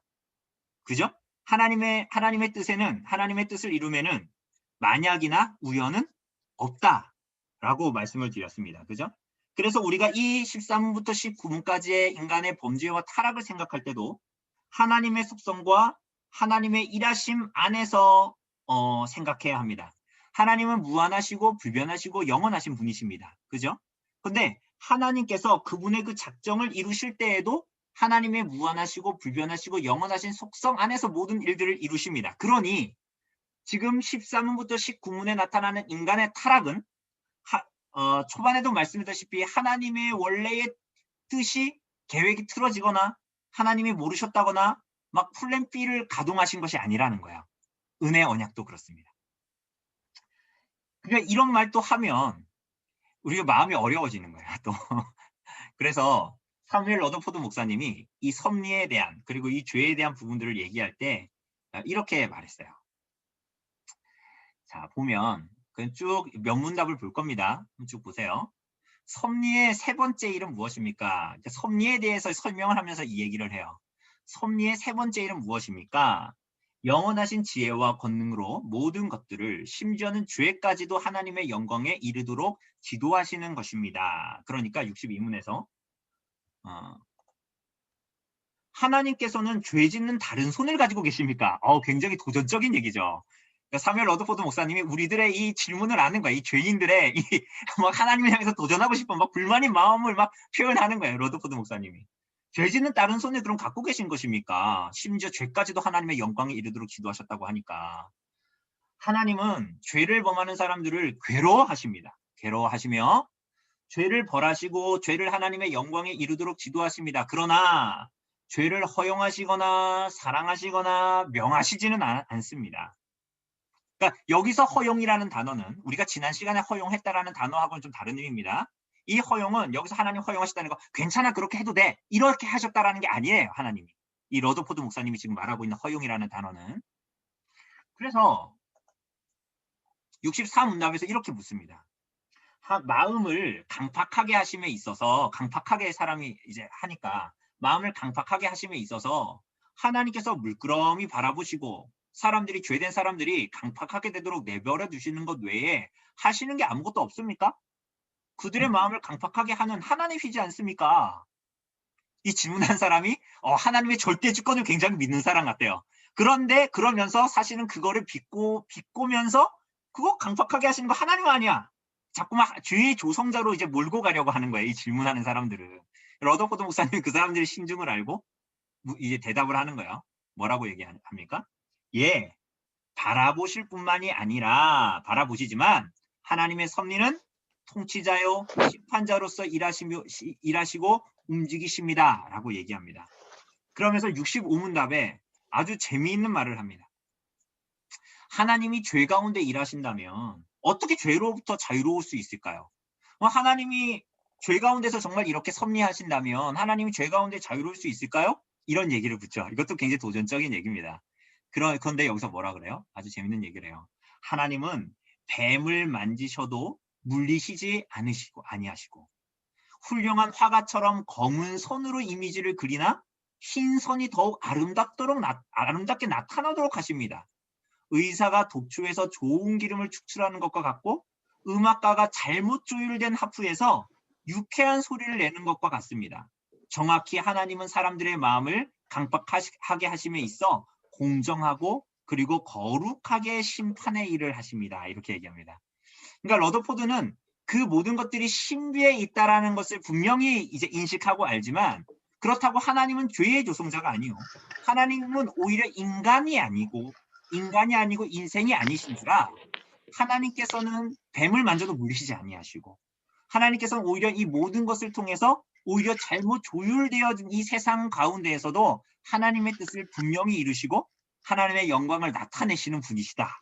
뭐 이렇게 이제 이야기를 합니다. 네. 그래서 이 에덴 동산에서의 타락마저도 하나님의 플랜 B를 가동해야 된다거나 하나님이 모르셨다거나 이런 것은 하나님의 속성에 의해 보면 그렇지 않다라는 거예요. 막 하나님 이래가지고 내가 이거 계획했던 대로 안 되네 이런 게 아니라는 것을 반복해서 사무엘 러더포드 목사님도 이야기합니다. 자, 그렇다면 16문답으로 이어가 보죠. 문답을 한번 해볼까요? 16문답. 모든 인종은 아담의 첫 범죄 중에 타락했는가? 아담으로 더불어 언약을 세운 것은 저만 위하여 하신 것이 아니요 그 후 자손까지 위하여 하신 것이므로 그로부터 보통 생육법으로 출생하는 인종은 모두 그의 안에 있어서 그의 첫 범죄에 참여하여 그와 함께 타락하였습니다. 네. 모든 인류가 아담의 범죄 안에서 타락했습니다. 그러니까 왜 이렇게 말하는 줄 알죠? 그러니까 아담의 타락이 대체 나하고 무슨 상관이 있냐 이런 얘기가 나오니까요. 그죠? 그런데 뭐라 그러냐면 아담의 혼자만을 위한 게 아니라 모든 후손들을 모든 인류를 대표해서 하나님께서 아담과 언약 자체를 맺으셨고 그죠? 은혜를 주시겠다는 언약을 맺으신 거예요. 맺으셨고 일반적인 출생으로 말미암아 태어난 모든 인류는 그래서 아담의 범죄 안에서 죄를 범했고 아담의 첫 범죄에서 아담과 함께 타락했습니다. 이렇게 이제 이야기합니다. 함께 타락했습니다. 이렇게 얘기합니다. 그래서 하나님께서 아담과 맺으신 행위 언약의 결과는 자연스럽게 온 인류들에게 전달되었고 그래서 문답에서 말한 것처럼 그의 후손 전체를 대표하는 개인으로서 행위 언약을 맺었기 때문에 그의 후손으로 태어나는 모든 인류는 아담과 하와가 가진 특성을 그 후손들에게 모두 다 전달하는 유전되는 그게 무슨 피처럼 유전된다라는 것이 아니라 그 모든 특성들이 그야말로 이제 전달되어진다라는 의미에서의 유전을 말하는 거겠죠. 그래서 당연히 그렇게 되는 이유는 아담이 혼자서 그렇게 한 것이 아니라 대표성을 가지고 에덴 동산에서 하나님과의 언약을 맺었고 그 조건도 결과도 다 그 안에 있었기 때문이다 라는 것입니다. 그래서 이 로마서 같은 데도 보면 이렇게 얘기합니다. 로마서 5장 18절 이하를 보면 한 범죄로 많은 사람이 정죄에 이른 것 같이 한 사람의 의로운 행위로 말미암아 많은 사람의 의롭다 하심을 받아 생명에 이르렀느니라.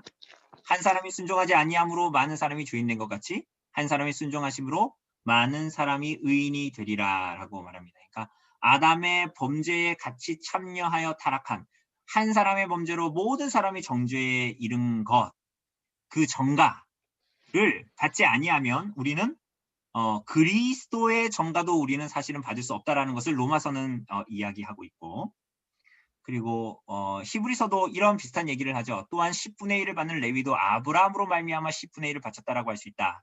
아브라함이 멜기세덱에게 10분의 1을 바칠 때 레위는 그때 없었잖아요.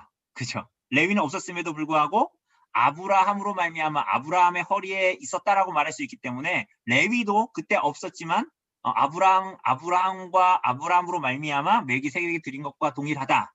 이것도 다 대표성을 이야기하고 있는 것입니다.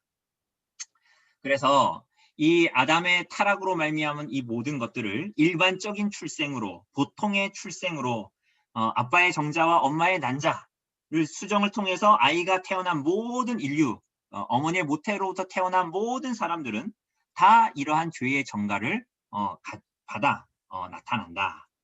그런데 그렇게 태어나지 않은 한 분만 빼고요. 그분이 누구예요? 성령으로 잉태하신 예수 그리스도만 빼고 그래서 예수 그리스도만이 이러한 죄로부터 자유한 아담의 죄의 정가로부터 완전히 자유한 특별한 출생으로 나타나신 분 그분은 예수 그리스도밖에 없으신 거죠. 그래서 우리가 돌아가면 아담은 우리들의 언약의 대표자였다라는 것을 기억해야 합니다. 그래서 이중 정가를 이때 이제 얘기하는 거예요.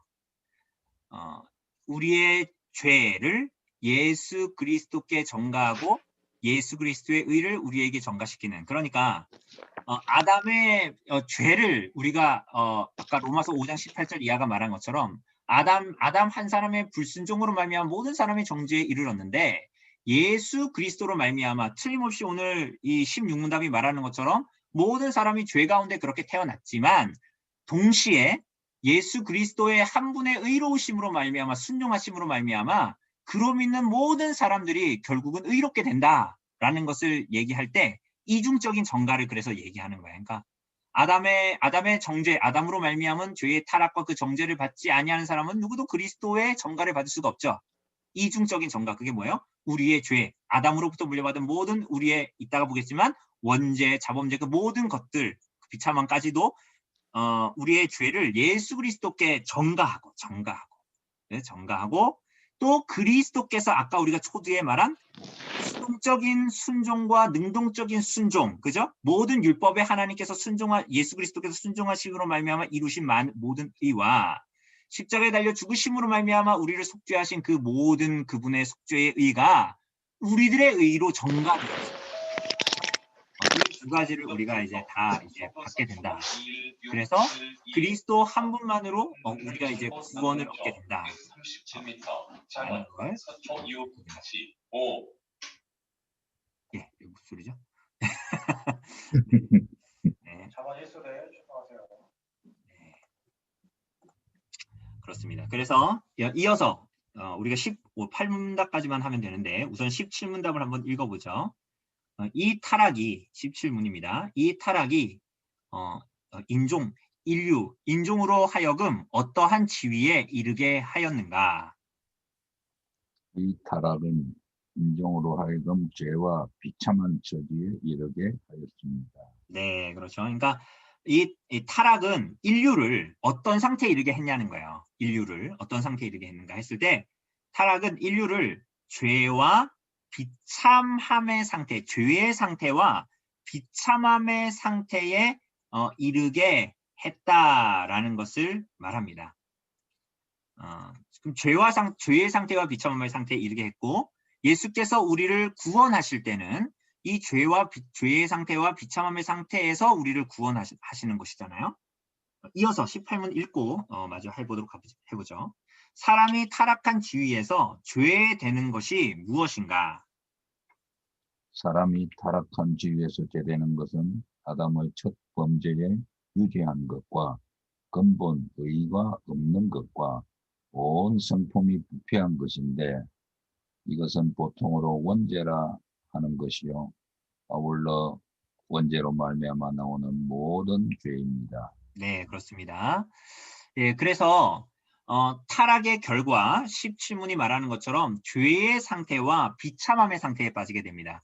그래서 이 죄의 상태에 대한 것은 우리가 오늘 이제 18문에서 보고 비참함의 상태에 대한 것은 19문 우리가 이제 다음 주에 보게 될 건데 죄의 상태와 비참함의 상태, 죄의 상태에 빠지게 된다라는 것은 뭐냐면 18문에서 말하는 대로 사람이 빠진 타락의 상태에 속하는 죄의 상태는 아담의 첫 범죄로 말미암은 죄책, 원의의 상실, 그리고 원죄라고 불리는 본성 전체의 부패에 있습니다. 이 원죄로부터 모든 실제적인 범죄가 나오게 됩니다. 이렇게 얘기합니다. 그러니까 아담의 범죄는 쉽게 얘기하면 이런 겁니다. 타락의 결과 죄의 상태, 비참함의 상태에 빠지게 됐는데 이 원죄는 이걸로 구성이 돼요. 죄책과 원의의 상실과 전 속성의 부패입니다. 그래서 죄책이라고 얘기할 때 이 죄책은 하나님 앞에 죄에 대한 책임을 갖고 살게 된 거예요. 죄에 대한 책임, 죄의 삭슨 사망. 그리고 원의를 상실했다. 의의 결핍을 가지게 됐다라는 거예요. 그것은 뭡니까? 아무리 선을 행하려고 해도 하나님의 기준에 미치지 못하게 되는 거예요. 이제 우리가 사실은 이 타락 초두에서 봤다시피 원의를 상실하게 됩니다. 원래 하나님께서 모든 하나님께 순종할 수 있는 능력까지도 허락해 주셨는데 그 원의를 상실하게 되는 거죠. 그리고 세 번째로는 뭐예요? 전 속성의 부패입니다. 그러니까 성품의 오염입니다.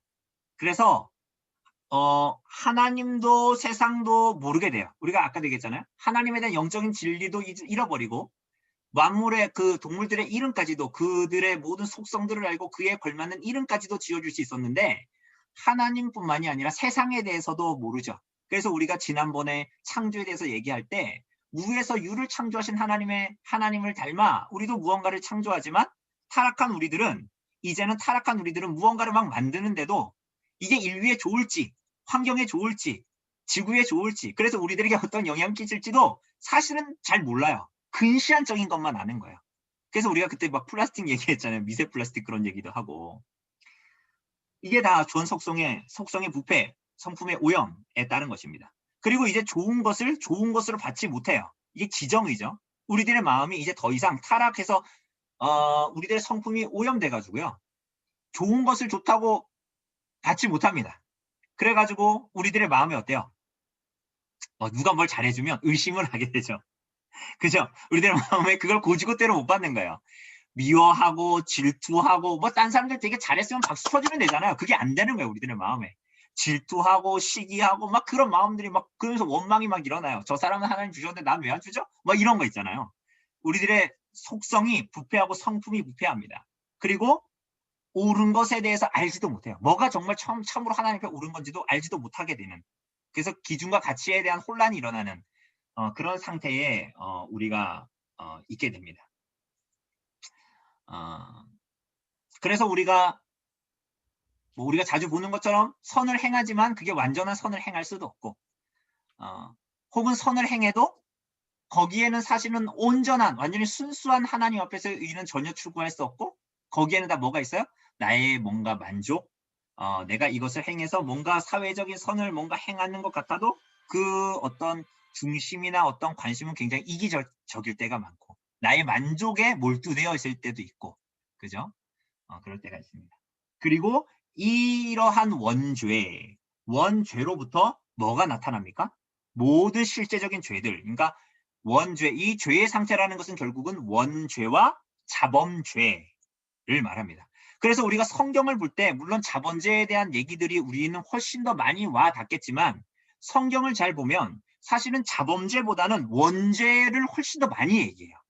물론 그 원죄로부터 나온 열매로서의 자범죄들이 우리 안에 너무나 많으니까 그런 것들을 물론 성경은 다루지만 근원적으로는 그게 왜 그렇게 되어져 있는가에 대한 원죄가 나옵니다. 우선은 자범죄, 모든 실제적인 범죄가 뭐냐라고 얘기했을 때는 뭐 많이 나오지만 디모데후서 같은 데 보면은 이런 말씀이 나오죠. 3장 2절 이하를 보면 사람들이 자기를 사랑하며 돈을 사랑하며 자랑하고 교만하며 비방하며 부모를 거역하며 감사하지 아니하며 거룩하지 아니하며 무정하며 원통함을 풀지 않고 모함하며 절제하지 못하며 사나워요. 선한 것을 좋아하지 않고 배신하며 조급하며 자만하며 쾌락하기를 하나님 사람은 더해요. 여러분 이게 다 어디에 나와요? 이게 다 뉴스에 나오잖아요. 이게 다 뉴스에 나오잖아요. 그리고 우리 안에 있는 것도 부인할 수 없죠. 그런데 이 모든 것들은 다 모든 실제적인 범죄, 자범죄예요. 그런데 여러분들 이런 것들을 잘 생각해 보면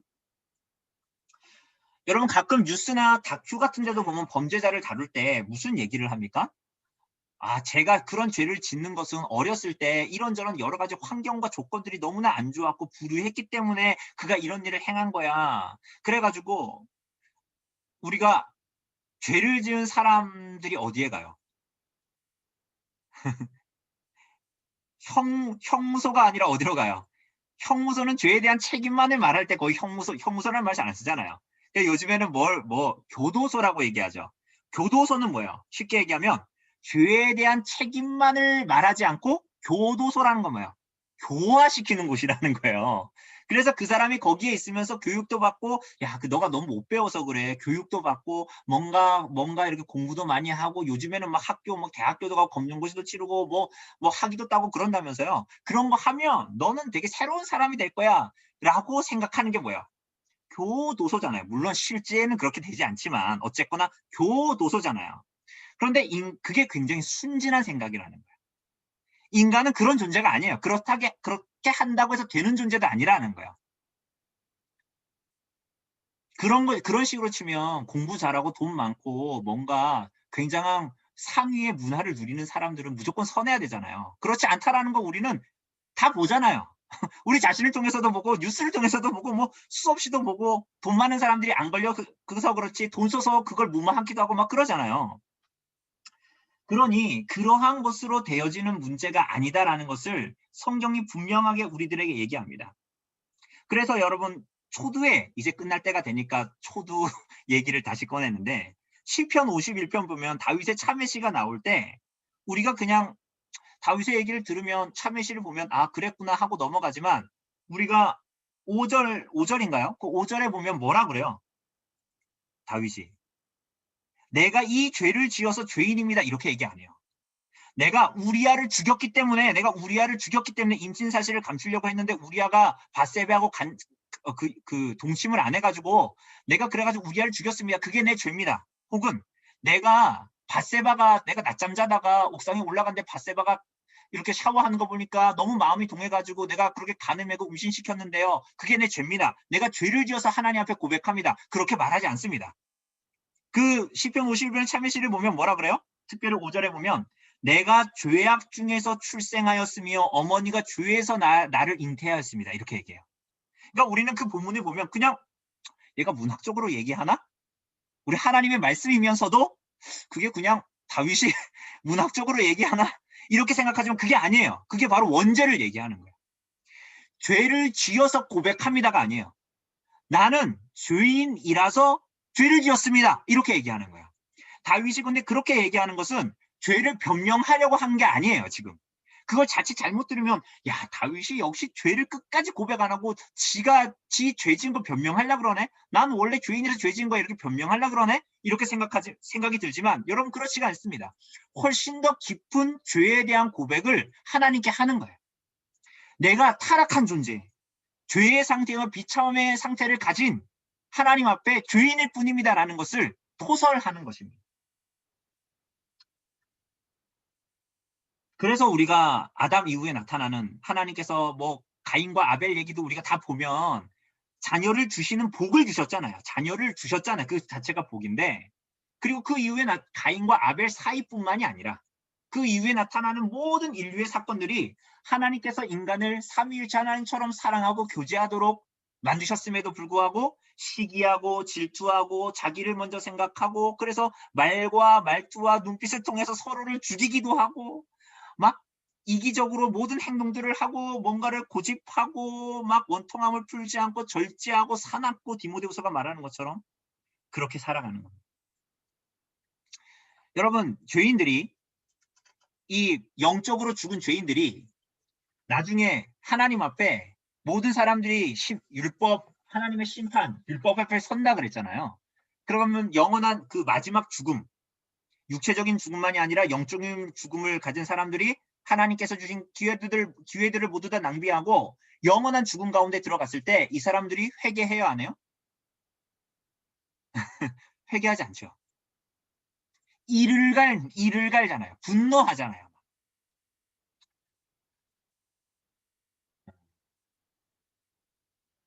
그렇게 우리들의 죄가 하나님을 향해서 깊은 것이고 끝까지 회개하지 않는 방식으로 하나님 앞에 나아가죠.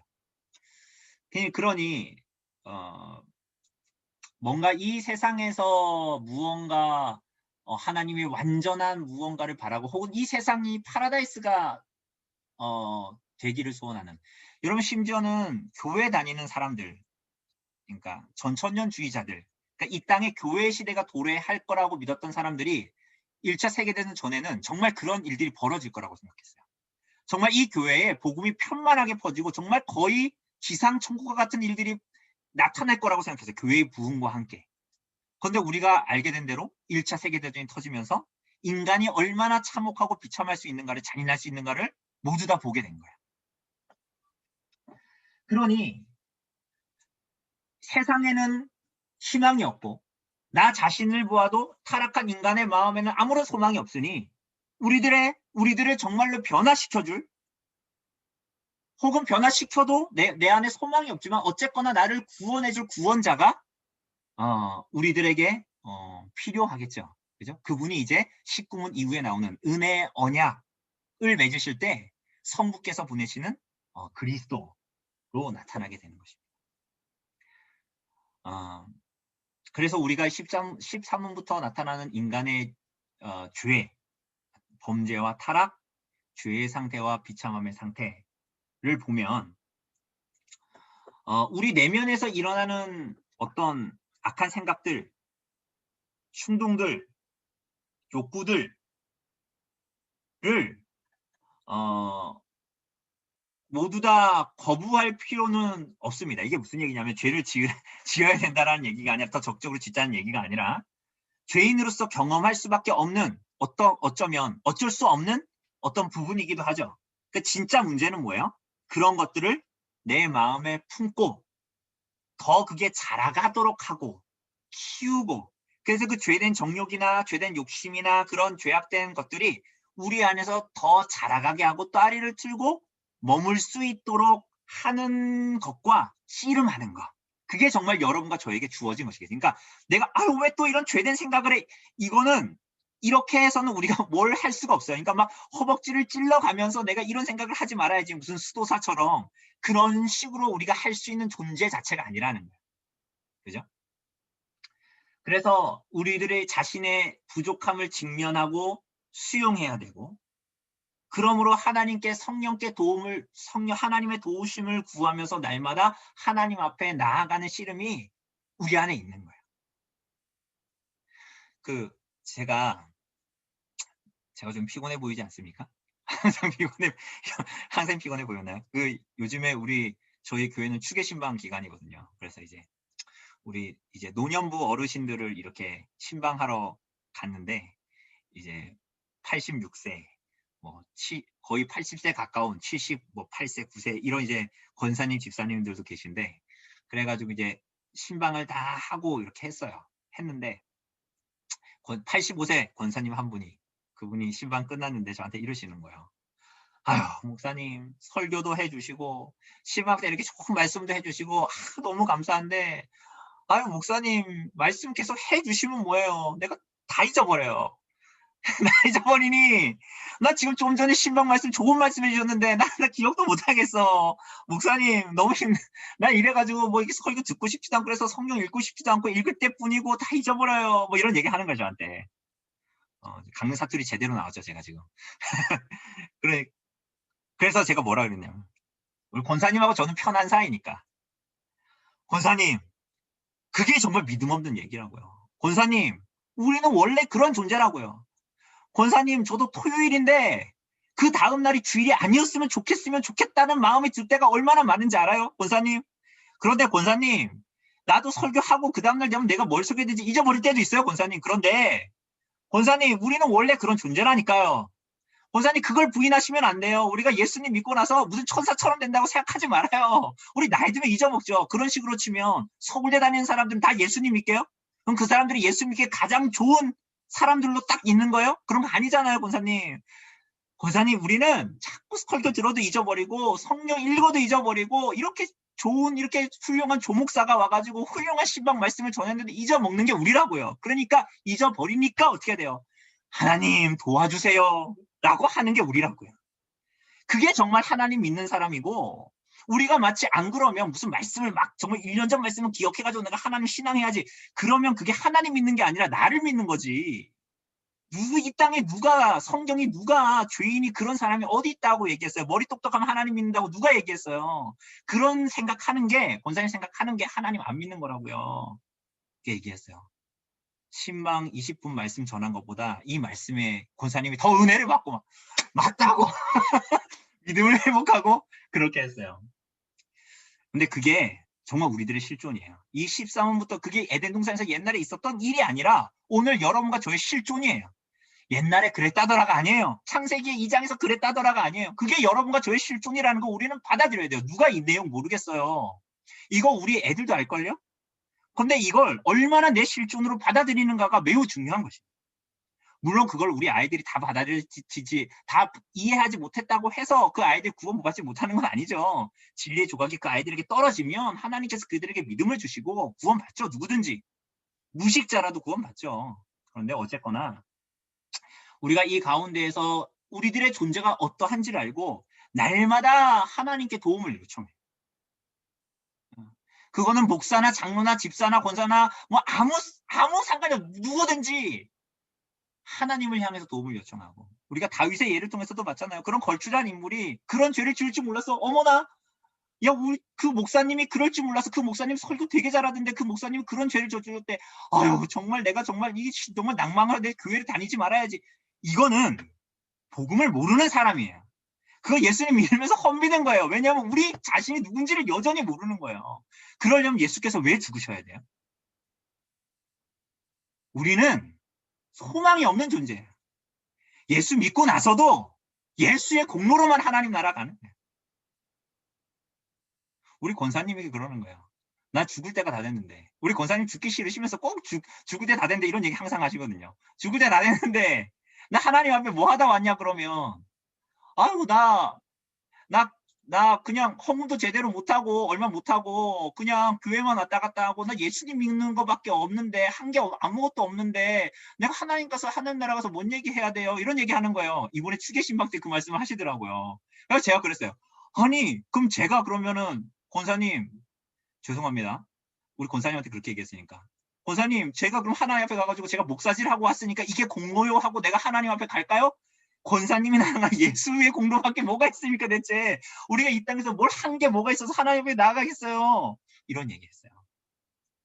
이게 우리들의 실존입니다. 어느 한순간도 예수 그리스도의 공로가 없이는 이 죄의 상태와 비참의 상태에서 허우적거리고 있는, 물론 거듭나기 전처럼 죄를 먹고 마시진 않지만 여전히 우리는 죄 가운데 살고 있고 우리들의 어떠함으로 하나님 앞에 살아갈 수 없는 존재가 우리들이잖아요. 그래서 때로는 우리 안에 있는 거 너무 놀라지 마셔야 돼요. 우리 안에 오늘은 내가 하나님을 향해서 막 살 것 같지만 자고 일어났더니 하나님을 향해서 밍숭밍숭하고 오늘 하나님이 안 계신 것 같고 그런 마음 들 때 있죠. 사람들 사이에서도 막 우리가 막 권사님, 집사님 막 사이가 좋은데 시간이 가면 침체기, 오늘은 교회 가기 싫고 막 갑자기 방황기가 오고 이러죠. 당연한 거예요. 그걸 이상하게 생각하시면 안 돼요. 그럴 때 예수 믿는 사람들은 나의 존재가 뭔가 소요리 문답 13문부터 19문을 곱씹어 봐야 돼요. 에덴 동산의 타락을 곱씹어 봐야 돼요. 로마서 5장을 18절부터 19절에 그 내용을 곱씹어 보고 우리들의 소망이 예수님밖에 없다라는 걸 잘 생각하셔야 됩니다. 그런데 그것은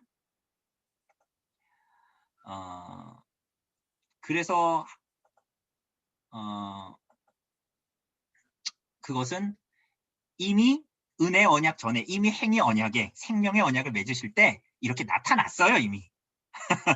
참 이 13문부터 19문까지가 죄 문제라서 굉장히 어렵거든요. 그런데 이미 하나님은 그 죄의 문제를 다루실 때 이미 우리들에게 복음을 던져주셨어요. 뭐요? 내가 너로 여자와 원수가 되게 하고 내 여자도 여자의 후손과 원수가 되게 하리니 여자의 후손은 내 머리를 상하게 할 것이요 너는 그의 발꿈치를 상하게 할 것이라. 그리스도께서 오셔서 죄의 세력을, 사단의 세력을 짓밟아 버릴 거라는 거예요. 머리부터 부셔버려서 그것을 완전히 끝장낼 것이다. 이미 그 복음을 우리들에게 주셨고 그 표로 수치스러워하는 아담과 하와에게 무화과 나뭇잎이 아니라 동물을 죽여 핏값으로 피를 흘려 그 가죽옷을 지어 입히시고 그래서 그들의 수치를 가려주시는, 이미 그때 그리스도께서 우리를 향해서 무엇을 하실 것인지를 다 우리들에게 나타내신 거야. 그래서 종국적으로는 어떻게 만들겠다고요? 종국적으로 어떻게 만들겠다고요? 여기 보세요. 그가 우리를 대신하여 기도선대요 자신을 주심은 모든 불법에서 우리를 속량하시고 우리를 깨끗하게 하사. 그러니까 우리를 구원하신 이유는 우리를 예수님 믿게 하고 나서 천국 데려가려고 한 게 아니죠. 우리가 그러려면 그 이후에 예수 믿고 나서 죄 짓기 전에 바로 천국 데려가시지. 안 데려가셨잖아요. 깨끗하게 하사 우리를 십자가에서 구속하신 이유는 선한 일을 열심히 하는 자기 백성 삼으시려고 한 거예요. 이게 목적이에요. 여기서 선한 일은 뭐예요? 윤리 도덕적인 선한 일이 아니라 성경에서 말하는 선한 일, 의로운 삶은 하나님의 뜻에 순종하여 살아가는 삶이잖아요. 그런 백성으로 상한 심, 내가 죄인이라는 것을 알고 그래서 매일마다 하나님을 향해서 상한 심령으로 나아가기 때문에 하나님의 뜻에 순종하여 살고 싶은 마음이 있는 거예요. 예. 이게 두 개가 다르죠. 예. 이 두 개가 분명히 다릅니다. 그죠? 뭐가 달라요? 우리가 내가 예수 믿어가지고 이제 나에게 능력이 있습니다. 라고 해가지고 하나님 할 수 있습니다. 할 수 있습니다. 선한 일을 할 수 있습니다. 이런 게 아니라 이거는 시편 51편에 이 다윗이 말한 대로 통회하는 심령, 상한 심령을 하나님 앞에 가진 자들 어떻게? 내가 죄인인 것을 알고 나의 죄와 비참이 뭔지를 알고 그랬을 때에 이 사람들은 선한 일, 의로운 삶을 하나님 앞에 살아가는 시작을 그때서야 할 수 있게 되는 거예요. 그죠? 그래서 하나님을 사랑하지 못하고 이웃을 사랑하지 못하는 우리에게 어떤 열매가 맺히게 해요? 성령의 열매가 그때서야 맺히는 거야. 이거는 내가 어때서 되는 게 아니라니까요. 다시 한번, 그죠?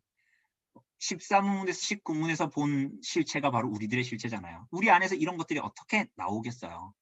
그런데 그때서야 상한 심령으로 하나님께 구하고 하나님 정한 마음을 내게 창조하소서 라고 하나님께 도움을 요청하며 나아가는 모든 자들에게 이러한 열매, 하나님의 형상을 잃어버린 모든 자들에게 이 하나님의 형상이 회복되게 하는 그러한 일들을 하나님께서 우리 안에 하시기 시작하시는 것입니다. 네, 이게 이제 13문부터 이 18문까지 인간의 타락에 대한 내용이라고 할 수가 있습니다. 네. 이렇게 이제 내용들을 좀 나눴고요. 그래서 우리가 모든 문답을 사실은 볼 때 이 그리스도께로 어떻게 연계되는가 하는 것이 되게 중요합니다. 우리가 사실은 뭐 지금까지 보면서도 계속적으로 그렇게 했지만 모든 문답들이 그것 자체로의 의미도 분명히 있지만 이 모든 것들이 그리스도와 복음에 어떻게 연결이 되는가 하는 것을 우리가 분명히 그 초점을 가지고 문답들을 보면 더 좋을 것 같습니다. 그래서 오늘은 무려 20분 20분 일찍 끝났습니다. 20분 일찍 끝났는데 혹시 질문 있으시면 우리 해주시고요. 아니면은 우리 식사 못 하신 분 있는 것 같으니까 일찍 자유 시간을 가지셔도 되고요. 혹시 질문 있으시면 자유롭게 뭐 질문이 아니시더라도 뭐 이것과 관련해서 뭐 나누고 싶은 부분들이 있으면 나눠주시면 감사할 것 같습니다.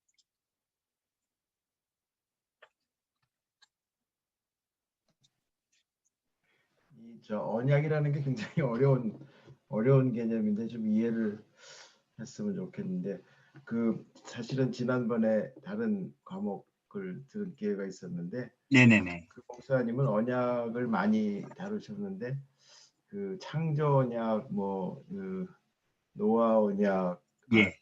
아브라함 언약, 네. 그다음에 이제 새 언약까지 이렇게 네. 다루셨는데 네. 오늘 목사님이 말씀하신 언약은 행위 언약, 은혜 언약 그렇게 해서 네네. 어떻게 좀 분류가 다른 건가요? 아닙니다.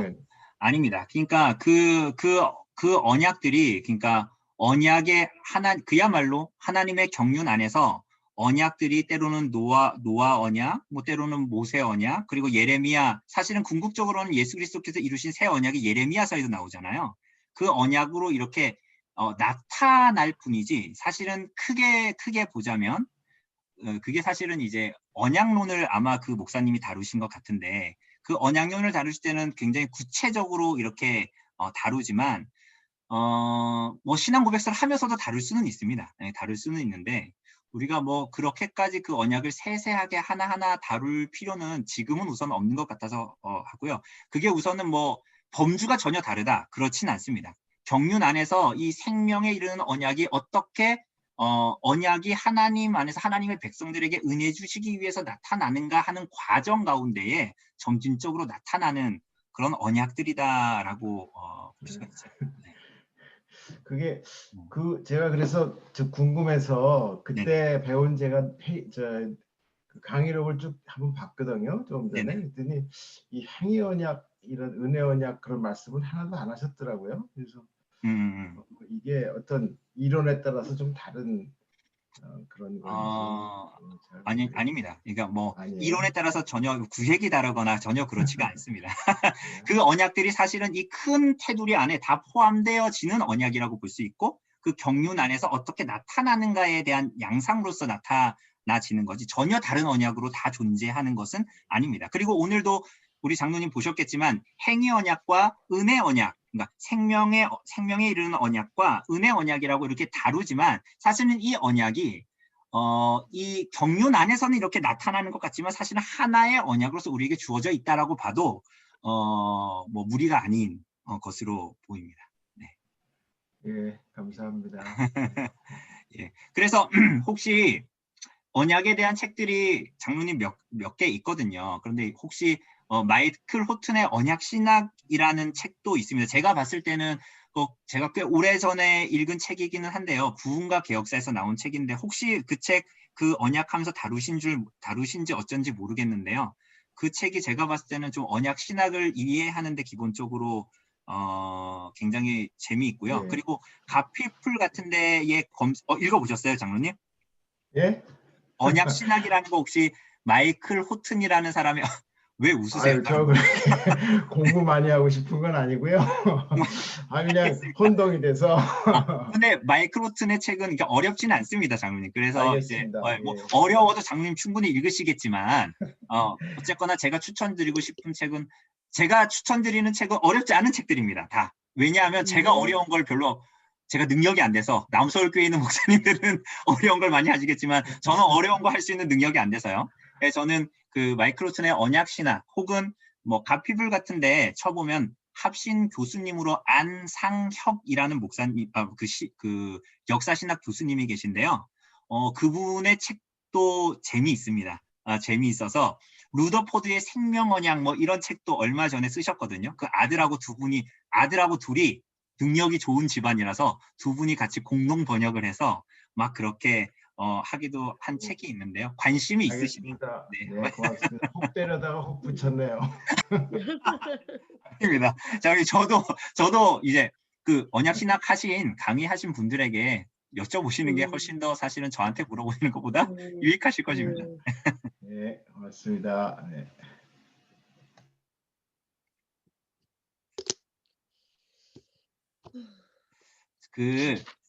제가 어떻게 보면 제가 다루는 이 내용들이 사실은 쉽다고 여겨주실 수도 있어요. 근데 정말로 쉬워요. 근데 저는 이게 가장 중요하다고 좀 생각이 들어요. 왜냐하면 제가 목회 얼마 안 해봤지만 한 10년 이렇게 지내면서 성도들을 이런저런 성도들 이렇게 서울에 있는 성도들도 만나보고 그리고 제가 여기 시내에 있는 교회 얘가 모교회거든요. 거기에서도 성도들하고 한 2, 3년 같이 지내보고 엄결리에 와서도 지내보고 하니까 진리는 가까운 곳에 있고 결국은 우리가 수단 신학책을 섭렵해도 결국은 하나님의 말씀인 성경으로 돌아가야 되고 심오한 진리를 깨달았습니다. 제가 그래서 그래서 저는 이 요리문답 그리고 우리 교회는 사실은 이제 이후로 대요리문답을 좀 다룰 거거든요. 그런데 그 안에서 우리가 그렇지만 대요리문답이 어려운 게 아니라 조금 더 긴밀하게 다루는 방식으로만 하는 거지 특별히 우리가 굉장히 신학적인 지식을 이렇게 가져서 우리들의 신앙이 발전하거나 신앙이 하나님을 더 믿고 하나님을 사랑하게 되는 방식은 또 아닌 것 같다는 생각도 듭니다. 물론 열심히 공부해야 되지만요. 네, 그렇습니다. 네, 근데 너무 오랜 시간 동안 이렇게 들어주셔서 너무 감사하고 다음 주에 휴강이니까요. 좋은 시간 보내셨으면 좋겠어요. 고맙습니다. 우리 홍성대 이사님은 막 만세를 부르시는데 이러면 제가 굉장히 죄송하고요. 그래서 네, 좀 그렇습니다. 그래서 제가 다음 주에 다음 주 18일이죠. 저녁에 그 저녁 예배로 가는데 네, 어쨌거나 설교는 안 들으셔도 되는데요. 예배는 들으셔야 되니까 그때 또 만나 뵈면 좋을 것 같습니다. 네. 네, 질문이 없으시죠? 네. 네, 고생하셨고요. 네, 편안한 저녁 되시기를 바랍니다. 예, 요거 지금 녹화를 했거든요. 요거랑 강의안 좀 정리해서 제가 또 올려드릴 테니까 혹시 뭐 미흡한 부분들은 잘 그렇게 보충하시면 될 것 같습니다. 네, 감사합니다. 네, 평안한 밤 되십시오. 수고하셨습니다. 안녕히 계십시오. 고생하셨습니다. 감사합니다. 네. 고맙습니다. 네.